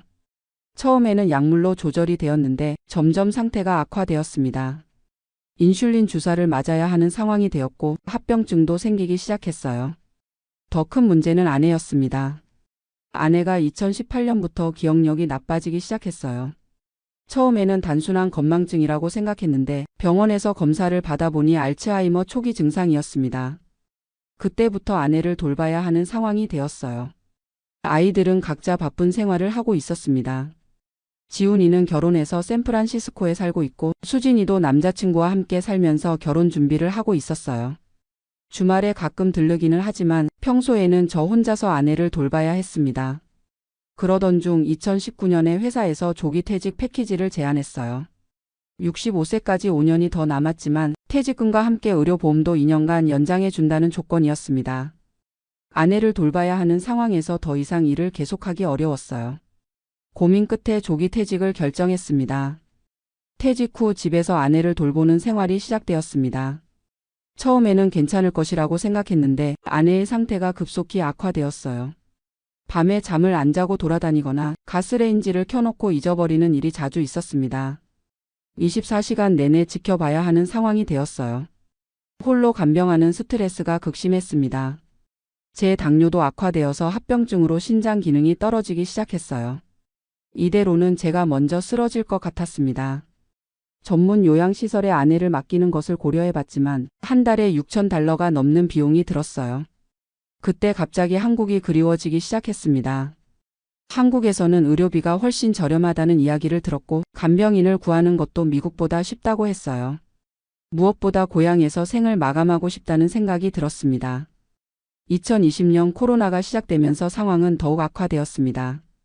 병원에 가는 것도 어려워졌고 아이들도 자주 오지 못했어요. 집에 혼자 있는 시간이 늘어나면서 우울감도 심해졌습니다. 이때부터 본격적으로 한국행을 고려하기 시작했어요. 인터넷에서 정보를 찾아보니 한국으로 돌아가려면 미국 시민권을 포기해야 한다고 생각했습니다. 그래야 한국의 건강보험 혜택을 받을 수 있다고 알고 있었거든요. 지금 생각해보면 잘못된 정보였는데 당시에는 그게 맞다고 믿었어요. 집을 팔면 150만 달러 정도의 돈이 생길 것이고 그 돈을 한국으로 가져가면 충분히 살 수 있을 것이라고 계산했습니다. 소셜 시큐리티도 포기해야 하지만 한국에서 더 저렴한 비용으로 치료받을 수 있다면 그게 낫다고 생각했어요. 2021년 초 아내의 상태가 더욱 악화되면서 결심을 굳혔습니다. 아이들에게 한국행 계획을 이야기했을 때 처음에는 모두 반대했어요. 아버지, 왜 갑자기 그런 생각을 하세요? 여기서 치료받으시면 되잖아요. 하지만 제 마음은 이미 정해져 있었습니다. 45년 동안 미국에서 열심히 살았지만 이제는 고향에서 여생을 보내고 싶다. 너희들은 여기서 잘 살고 나는 한국에서 어머니를 돌보며 살겠다. 집을 매물로 내놓자 금세 매수자가 나타났습니다. 코로나 때문에 집값이 많이 올라서 180만 달러에 팔렸어요. 원래 예상보다 30만 달러나 더 받았습니다. 이 돈이면 한국에서 충분히 잘 살 수 있을 것이라고 확신했어요. 미국 시민권 포기 절차는 생각보다 복잡했습니다. 주한 미국 대사관에 예약을 잡고 여러 번 면담을 거쳐야 했어요. 포기 수수료만 2,350달러나 들었습니다. 담당관이 정말 포기하시겠습니까? 한 번 포기하면 되돌릴 수 없습니다. 라고 여러 번 확인했지만 저는 확신에 차 있었어요. 2021년 8월 드디어 시민권 포기가 승인되었습니다. 45년간 간직했던 미국 여권을 반납하는 순간 가슴이 복잡했어요. 한편으로는 홀가분하면서도 다른 한편으로는 뭔가 큰 것을 잃는 것 같은 느낌이었습니다. 아내와 함께 한국으로 오는 비행기에서 창밖으로 보이는 태평양을 바라보며 생각했습니다. 이제 새로운 인생이 시작되는 거야. 고향에서 편안하게 살 수 있을 거야. 인천공항에 도착했을 때의 감격을 잊을 수 없어요. 43년 만에 밟는 고국의 땅이었습니다. 입국 심사대에서 한국 여권을 내밀며 돌아왔구나라는 생각에 눈물이 났어요. 하지만 현실은 생각과 달랐습니다. 가장 먼저 직면한 문제는 주거였어요. 서울의 집값이 상상을 초월했습니다. 강남이나 서초구의 아파트는 20억 원이 넘었고 그나마 저렴한 곳도 10억 원은 좋게 들었어요. 180만 달러를 환전한 돈으로는 적당한 집을 사기 어려웠습니다. 결국 경기도 성남시의 작은 아파트를 전세로 얻었어요. 전세금이 8억 원이나 들었는데 이것도 지역에서는 저렴한 편이라고 했습니다. 35평 아파트였는데 미국에서 살던 집의 절반도 안 되는 크기였어요. 더 큰 충격은 의료비였습니다. 건강보험에 가입하기 위해서는 6개월간 거주 실적이 있어야 했어요. 그 기간 동안은 모든 의료비를 본인이 부담해야 했습니다. 아내의 치매 치료약 한 달치가 30만 원이 넘었고 제 당뇨약도 월 15만 원이나 들었어요. 6개월 후 건강보험에 가입했지만 본인 부담금이 생각보다 많았습니다. 미국에서는 메디케어로 대부분 커버가 되었는데 한국에서는 여전히 상당한 금액을 내야 했어요. 특히 아내의 요양병원비는 월 200만 원이 넘었습니다. 가장 후회되는 것은 소셜 시큐리티를 포기한 것입니다. 미국 시민권을 포기하면서 소셜연금도 함께 날아갔어요. 월 2,400달러 하나로 300만 원 정도의 연금을 포기한 것입니다. 나중에 알아보니 시민권을 유지하면서도 한국에서 살 수 있었고 소셜연금도 계속 받을 수 있었어요. 65세가 되면서 복수국적을 신청할 수 있다는 것도 몰랐습니다. 한국 법무부에서 65세 이상 외국 국적 동포에게는 복수국적을 허용한다는 제도가 있었거든요. 미국 시민권을 유지하면서도 한국 국적을 회복할 수 있었던 것입니다. 이 사실을 알았을 때의 허탈함을 말로 표현할 수 없어요. 인터넷으로 정보를 찾아봤을 때는 이런 내용이 없었어요. 아니면 제가 제대로 찾지 못했을 수도 있습니다. 어쨌든 성급하게 결정한 것이 평생의 후회가 되었어요. 생활비도 만만치 않았습니다. 한국이 물가가 저렴하다고 생각했는데 실제로는 미국과 비슷하거나 오히려 더 비싼 것들이 많았어요. 특히 과일이나 육류는 미국보다 훨씬 비쌌습니다. 외식비도 만만치 않았고 교통비, 통신비 등 모든 것이 예상보다 많이 들었어요. 아내의 상태는 계속 악화되었습니다. 한국의 의료 시스템은 분명 좋았지만 미국에서 받던 치료와 크게 다르지 않았어요. 오히려 언어 소통 문제로 의사와 상담하는 것이 어려웠습니다. 45년간 영어로 생활하다 보니 의학 용어를 한국어로 표현하는 것이 쉽지 않았거든요. 1년 정도 지나면서 한국 생활에 어느 정도 적응은 했지만 근본적인 외로움은 해결되지 않았습니다. 45년 전에 알던 친구들과는 이미 연락이 끊어진 지 오래였고 새로운 친구를 사귀기에는 나이가 너무 많았어요. 아내는 점점 저를 알아보지 못했고 자녀들은 멀리 미국에 있었습니다. 미국에 있는 아이들과는 화상통화로 안부를 묻지만 시차 때문에 대화하기도 쉽지 않아요. 손자, 손녀들이 자라는 모습을 직접 보지 못하는 것도 서운합니다. 지훈이에게 둘째 아이가 태어났다는 소식을 들었을 때 직접 안아보지 못하는 것이 너무 아쉬웠어요.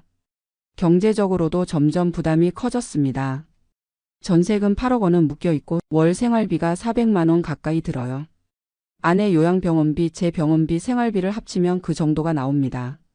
집을 판 돈에서 전세금을 빼고 남은 돈으로는 10년 정도밖에 버틸 수 없어요. 작년에 아내가 세상을 떠났습니다. 5년간의 투병 끝에 조용히 눈을 감았어요. 장례식에 미국에서 아이들이 왔지만 코로나 때문에 2주간 격리를 해야 해서 힘들었습니다. 아내를 떠나보내고 나니 더욱 혼자라는 생각이 들었어요. 지금 저는 71세가 되어 혼자 살고 있습니다. 건강은 예전보다 많이 나빠졌어요. 당뇨 합병증으로 신장 기능이 떨어져서 주 3회 투석을 받고 있습니다. 이동하기도 힘들어서 집 근처 병원에서 치료받고 있어요. 가끔 그때 시민권을 포기하지 않았다면 어땠을까라는 생각을 합니다. 미국에서 메디케어 혜택을 받으며 치료받고 소셜연금 300만 원씩 받으면서 살았다면 어땠을까요? 아이들과 손자, 손녀들과 함께 지낼 수 있었을 텐데요. 물론 한국에 온 것이 모두 잘못된 것은 아닙니다. 고향에서 생을 마감할 수 있다는 것은 큰 위안이에요. 한국어로 대화할 수 있고 한국 음식을 먹을 수 있는 것도 좋습니다. 병원에서도 한국말로 소통할 수 있어서 편해요. 하지만 너무 성급하게 결정한 것은 분명 실수였습니다.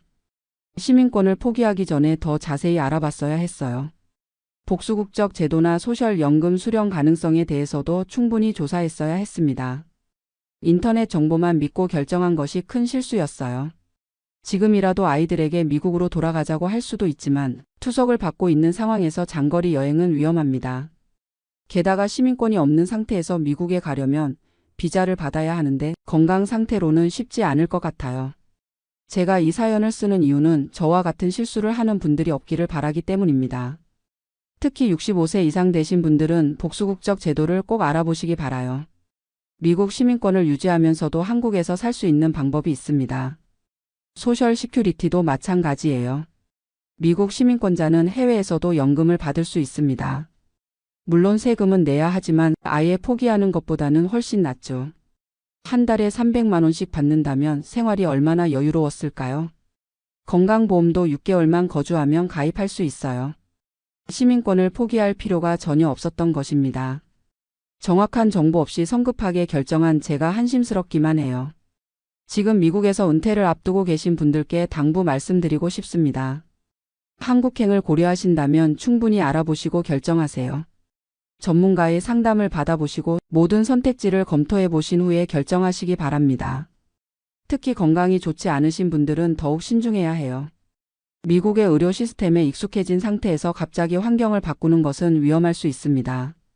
저처럼 투석을 받게 되면 정기적으로 병원에 가야 하는데 새로운 환경에서 적응하기가 쉽지 않아요. 가족 관계도 중요한 고려사항입니다. 자녀들이 모두 미국에 정착해 있다면 혼자 한국에 와서 외롭게 사는 것보다는 가족 가까이에서 사는 것이 나을 수도 있어요. 특히 배우자를 잃고 혼자가 된 상황에서는 더욱 그렇습니다. 경제적 계산도 정확히 해보셔야 해요. 한국의 물가가 미국보다 저렴하다고 단순히 생각하시면 안 됩니다. 주거비, 의료비, 생활비를 종합적으로 계산해 보시고 소셜연금이나 메디케어 혜택과 비교해 보셔야 해요. 저처럼 나중에 후회하지 마시고요. 언어 문제도 무시할 수 없습니다.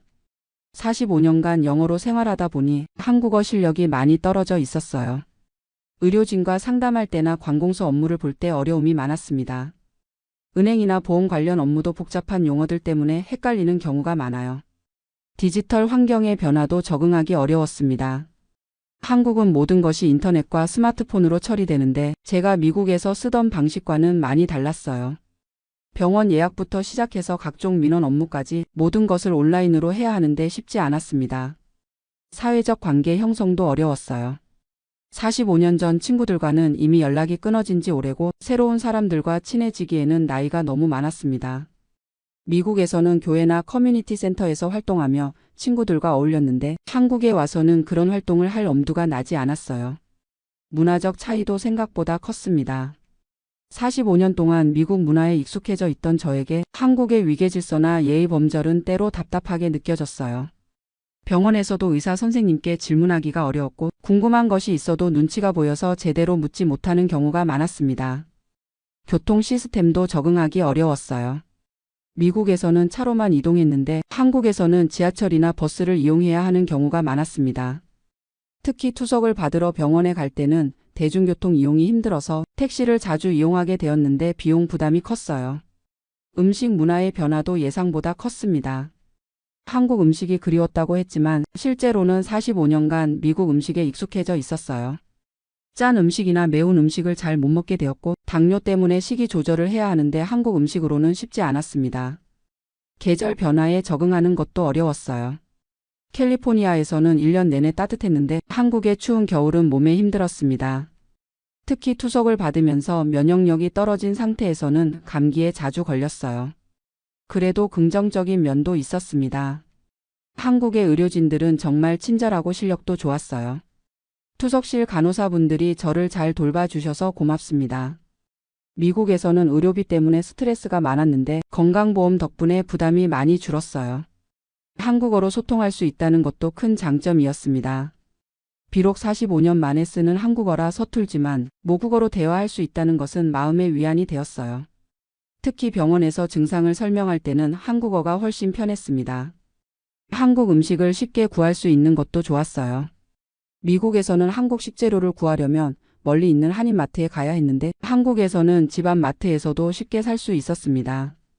김치, 된장찌개 같은 음식을 자주 해 먹을 수 있어서 좋았어요.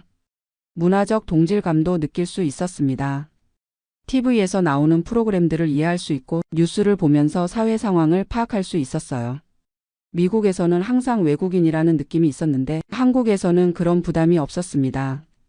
하지만 이런 장점들을 고려하더라도 시민권을 포기한 것은 여전히 큰 실수였다고 생각해요. 복수국적 제도를 활용했다면 두 나라의 장점을 모두 누릴 수 있었을 텐데 성급한 결정 때문에 많은 것을 잃었습니다. 요즘 건강이 더 나빠지면서 미래에 대한 걱정이 커지고 있어요. 투석을 계속 받아야 하는 상황에서 혼자 살기가 점점 어려워지고 있습니다. 집 청소나 요리 같은 일상적인 일들도 힘들어졌어요. 간병인을 구하는 것도 고려해봤지만 비용이 만만치 않습니다. 미국에 있는 아이들은 저를 걱정해서 자주 연락을 해요. 아버지, 미국으로 다시 오시면 안 될까요? 라고 물어보지만 지금 상황에서는 쉽지 않습니다. 비자를 받기도 어렵고 장거리 여행 자체가 위험해요. 가끔 밤에 혼자 있으면서 생각해 봅니다. 만약 시간을 되돌릴 수 있다면 어떤 선택을 할까? 아마도 미국에 그대로 있으면서 복수국적만 신청했을 것 같아요. 그렇게 했다면 아내도 더 좋은 치료를 받을 수 있었을 텐데요. 하지만 이미 지나간 일을 후회해봐야 소용없죠. 지금은 남은 시간을 의미 있게 보내는 것이 중요하다고 생각해요. 비록 혼자 살고 있지만 제 경험을 다른 분들과 나누면서 도움이 되고 싶습니다. 최근에는 같은 처지의 어르신들과 모임을 만들었어요. 미국에서 돌아온 분들끼리 월 1회 정도 만나서 이야기를 나눕니다. 서로의 경험을 공유하고 정보도 교환하면서 위안을 얻고 있어요. 저처럼 시민권을 포기하고 후회하는 분들이 생각보다 많더라고요. 그분들께도 항상 말씀드리는 것이 있습니다. 이미 한 선택에 대해서는 후회하지 말고 지금부터라도 최선을 다해서 살아가자. 과거를 바꿀 수는 없지만 현재와 미래는 우리가 만들어갈 수 있으니까요. 요즘에는 한국에서의 생활에도 어느 정도 만족하고 있어요. 비록 경제적으로는 어렵지만 정신적으로는 평안합니다. 고향에서 생을 마감할 수 있다는 것 자체가 큰 위안이에요. 부모님 묘소도 가까이 있어서 자주 찾아뵐 수 있고요. 미국에 있는 아이들과의 관계도 예전보다 더 가까워진 것 같아요. 거리가 멀어지니까 오히려 서로를 더 소중하게 생각하게 되었습니다. 화상통화로 손자, 손녀들과 대화할 때면 정말 행복해요. 언어는 영어와 한국어가 섞여 있지만 마음은 통하는 것 같습니다. 제가 이 사연을 통해 전하고 싶은 메시지는 간단합니다. 인생의 중요한 결정을 할 때는 충분히 알아보고 신중하게 선택하라는 것입니다. 특히 나이가 들어서 하는 결정일수록 더욱 조심해야 해요. 되돌릴 수 없는 선택이 될 수 있기 때문입니다. 65세 이상 되신 분들은 꼭 복수국적 제도를 알아보세요. 미국 시민권을 포기하지 않고도 한국에서 살 수 있는 방법이 있습니다.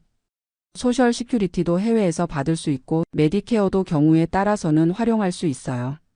무엇보다 가족과 충분히 상의하세요. 혼자서 결정하지 마시고 자녀들과 깊이 있는 대화를 나누시기 바랍니다.